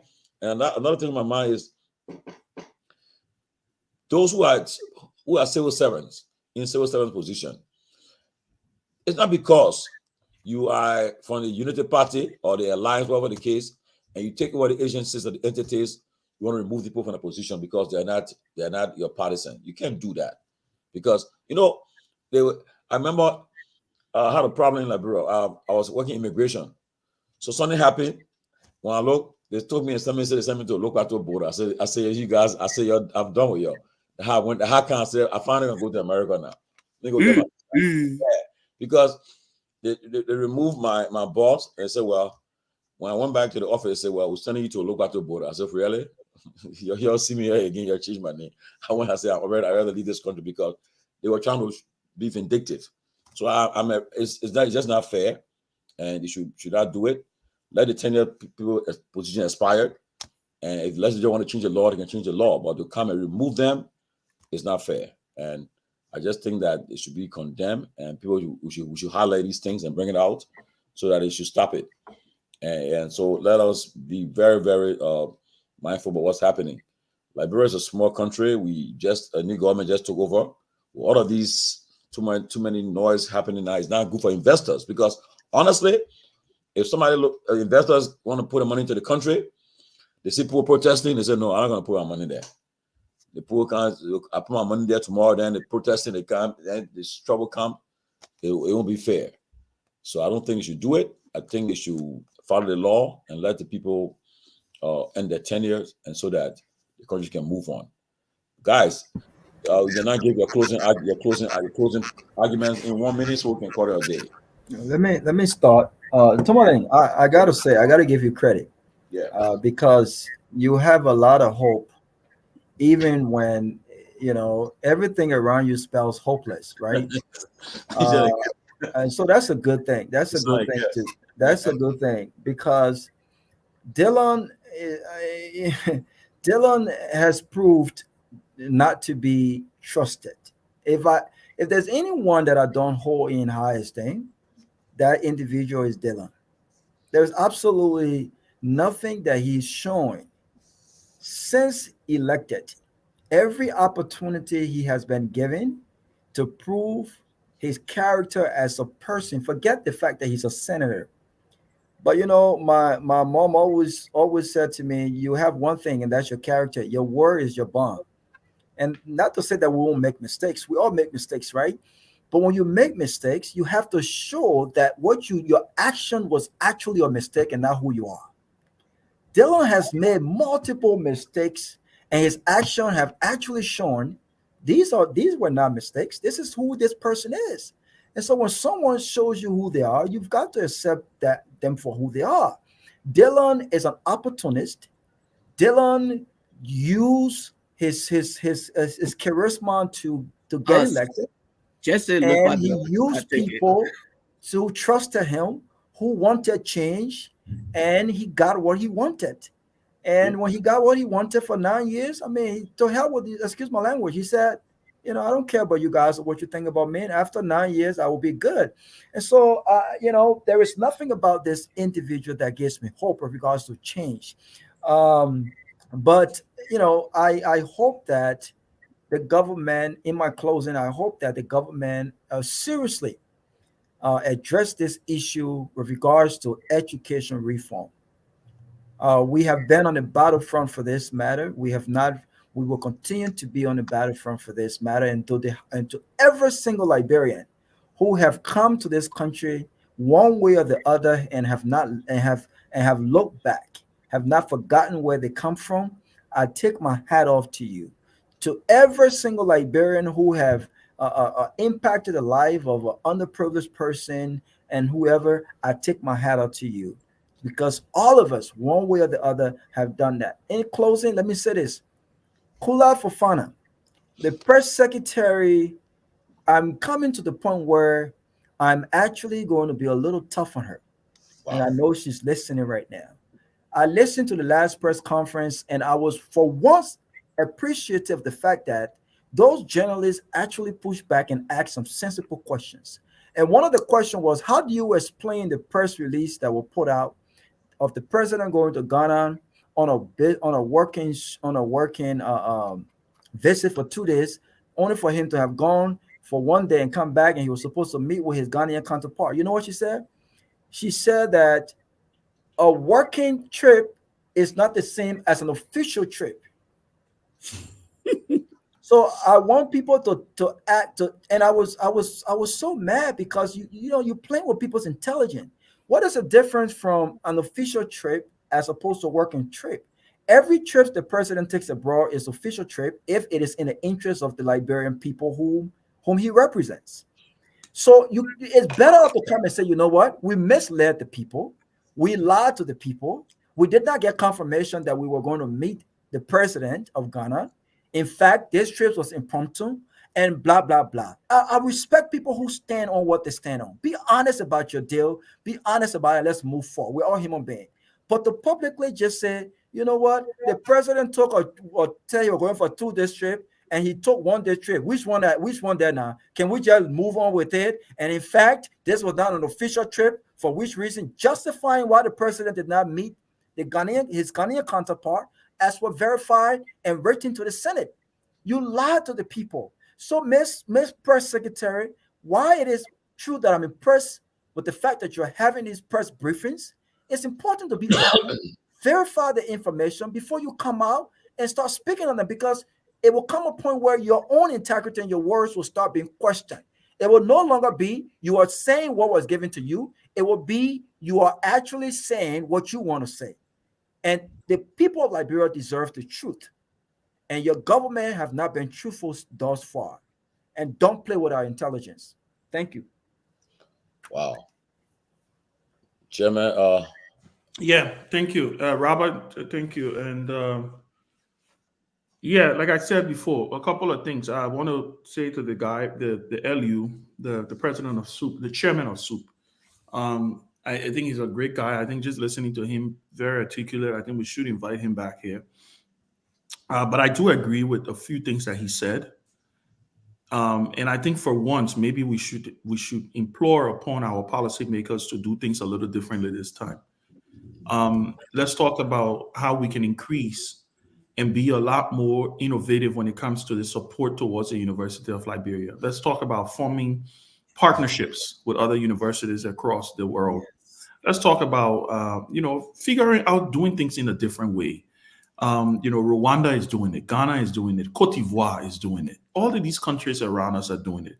It just seems to be so difficult when we think about the fact that we are just stuck and the same old problem persists. When he said, again, I go back to him saying, do you think if I had the labs and what I needed, we would want to be agitating? Unfortunately, we have not given them that opportunity. And all of the faces on this platform, we could be one of those young men and women under that palaver hut today. And why do I say that? I, growing up, got involved in student advocacy and politics. The only difference between me and a lot of them is that I got an opportunity to leave. And who knows, if I had not left Liberia, I probably would be agitating on the University of Liberia campus. I just might be. It's the same problem we have with the issue of Zogos and less fortunate young people. So I think it is incumbent upon this government now, when you run for election, and I will repeat what I used to say to Keff, when you run for an election, you know what the challenges are. You know what you are inheriting. You campaign vigorously and say that I am going to solve this problem. Nobody expects you to solve 100% of the problem. But people expect to see that you will move the needle in the right direction. And so I'm going to say this. Until we start to think in a different direction in how we look at government and governance, we're going to continue with these agitations, Robert. And I understand your point about us trying to sway them away. But it's hard to sway people away when that's how people lose faith in the system. I remember when Barack Obama was running for office in this country, he talked about the fact when people argued that he did not have Washington experience. His counter to that was, yes, I may not be from Washington, or I may not have Washington experience. But you know what? I've been in Washington long enough to know that the things of Washington the ways of Washington have to change. When you see some of the symptoms within this government of what they criticize or what people fought against just a few weeks ago, and you see it creeping its head up, many of these people may not have another alternative. And so the responsibility is not on the people, it's now on the government to start to engage in a totally different way.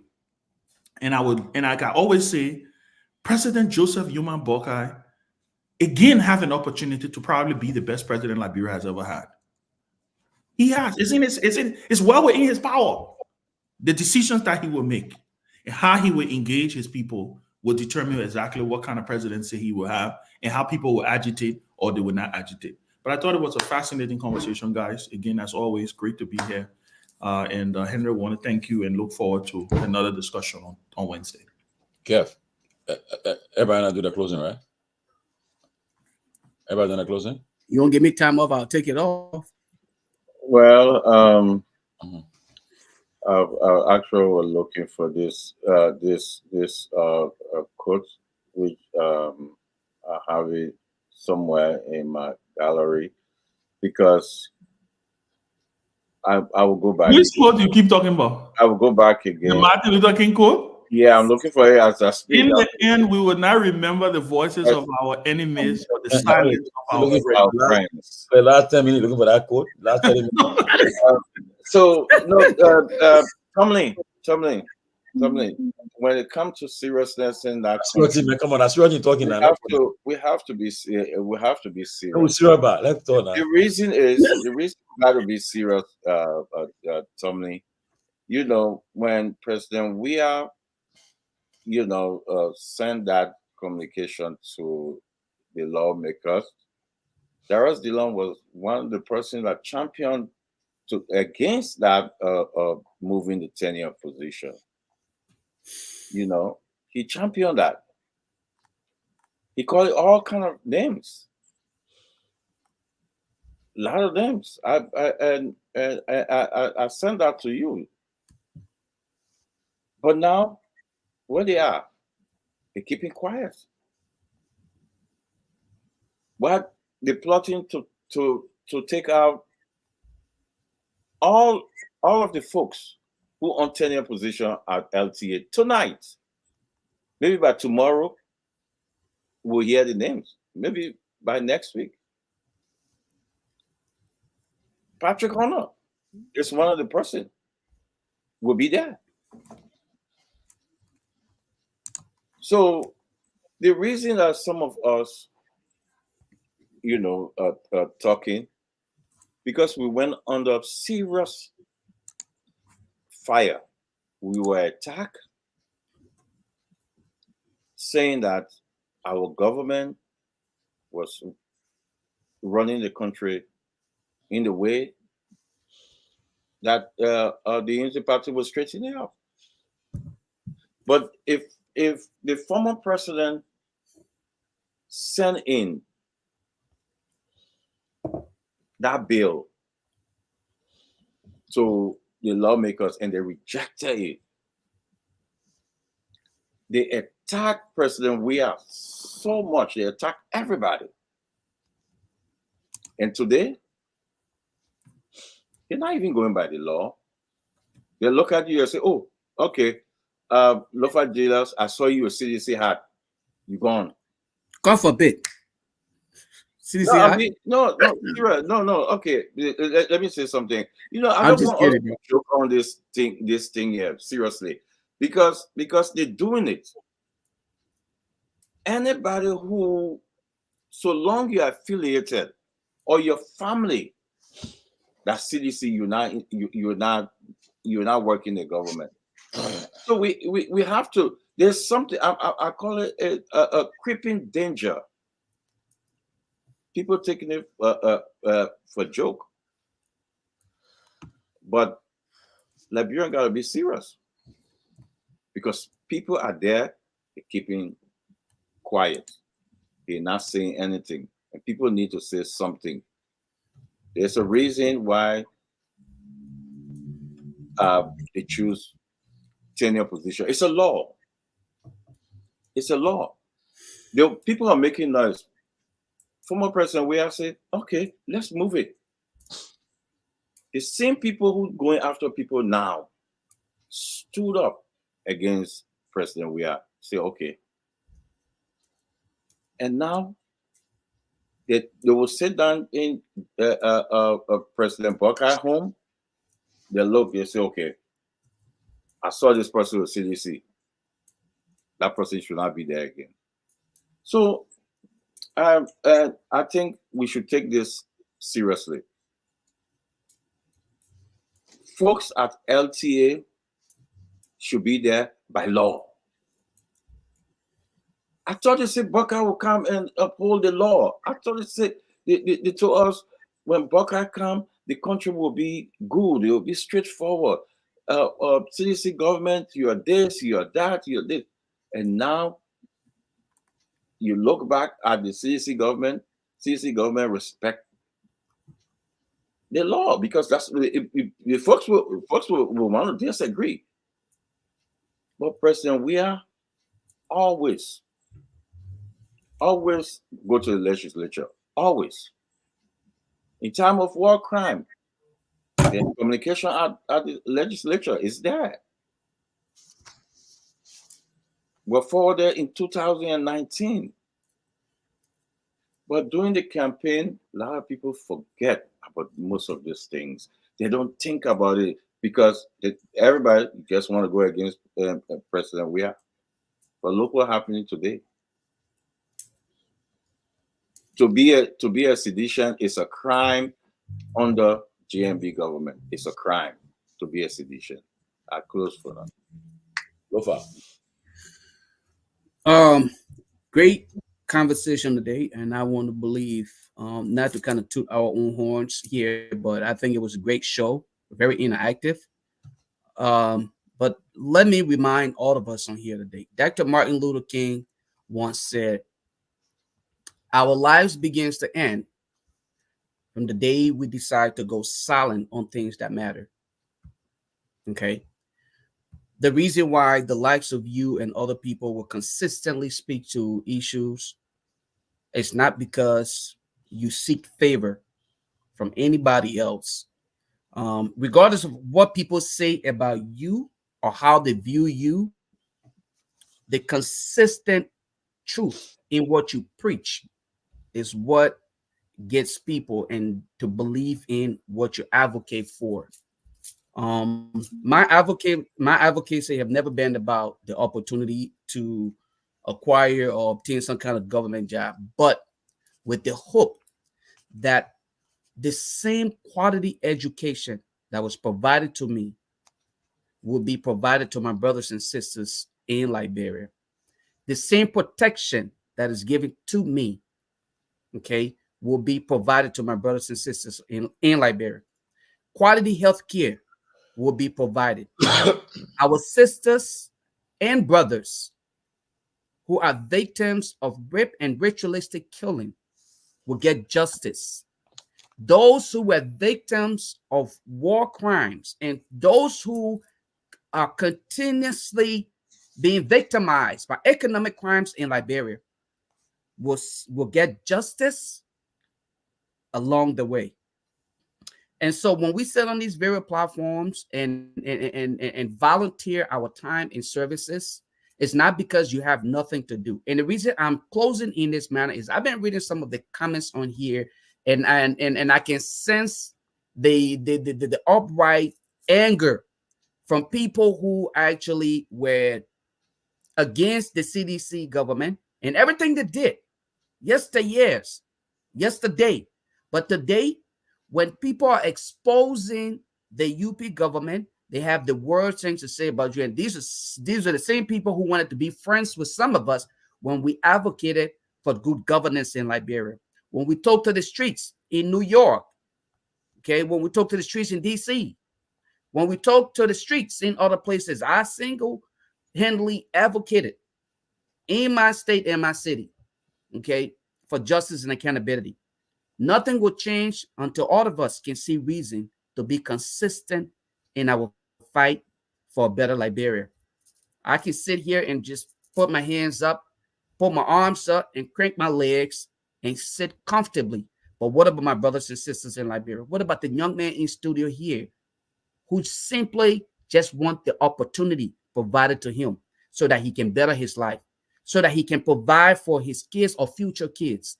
If we ignore these little things that young Liberians are asking for, because you're comfortably seated today, you will have the repercussion. It will come right back at you. It will haunt you and your family. And this is the reason why some of us sit tirelessly and timelessly to make sure that the message goes across. It was not about CDC government. It's not about the Unity Party government. It's about good governance. And once you start to govern the state in the right direction, all of us will support you timelessly. I supported Darius DeLong with my character, my money, and everything is timelessly. The records are there. And that's the reason why when I speak to Darius DeLong, he dared not respond. He dare not respond. He knows that. But when I come out openly to disagree with him and expose some of his fakeries, I say it because I come with a clean heart to the brother and let him understand that Liberia deserves better, not any form of, party tricking when young people are dying on a daily basis from drug abuse and you're making mockery of the system because you want to perform for the camera. I am very positive that better days are ahead. To the brothers at the University of Liberia, some of the alumni are still around. Reach out to them. See how you can solicit support. A friend of mine who and I graduated from the same university, okay, to date in India, he's Indian.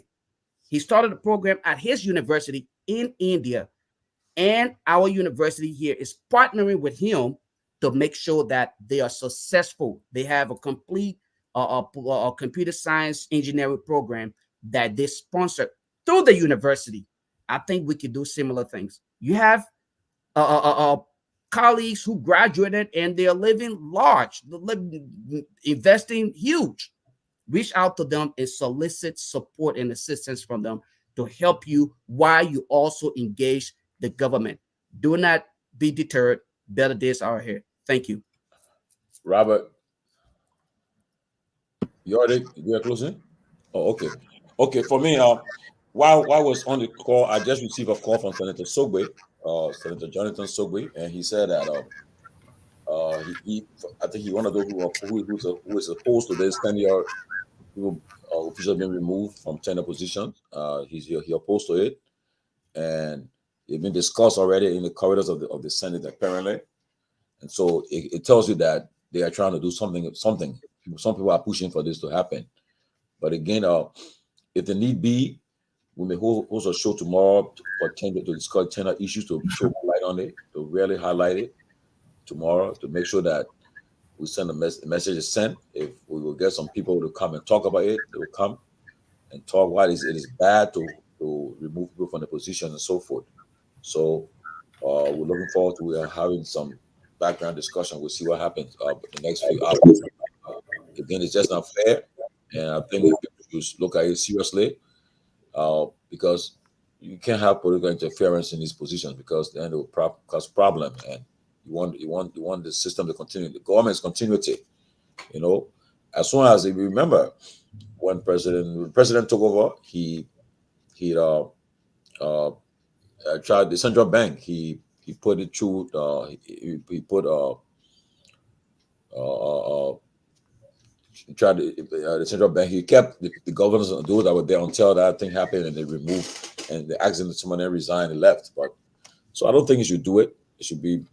I mean, LCC and I know my friend Vader was still there.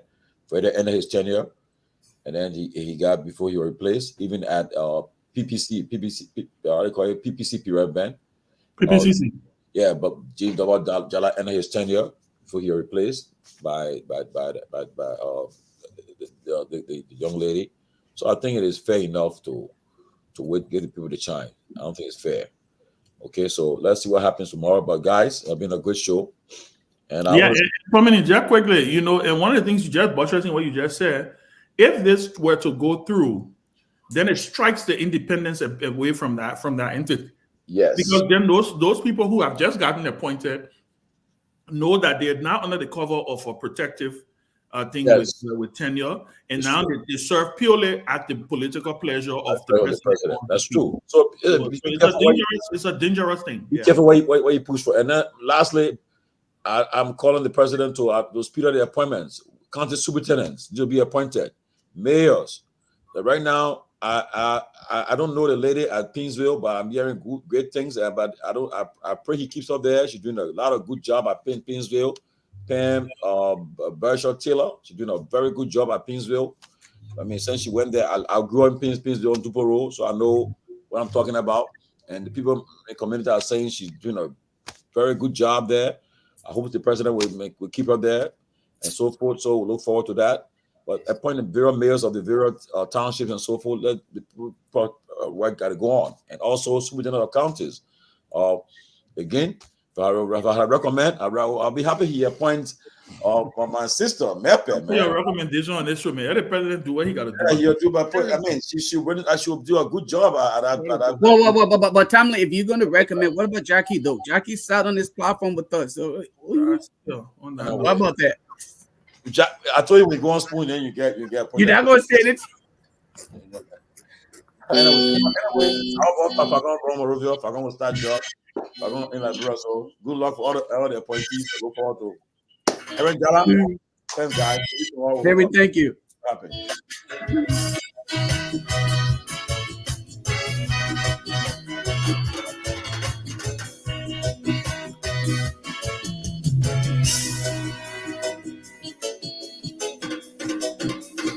And I'll tell you on that note, this I would like to call it all day.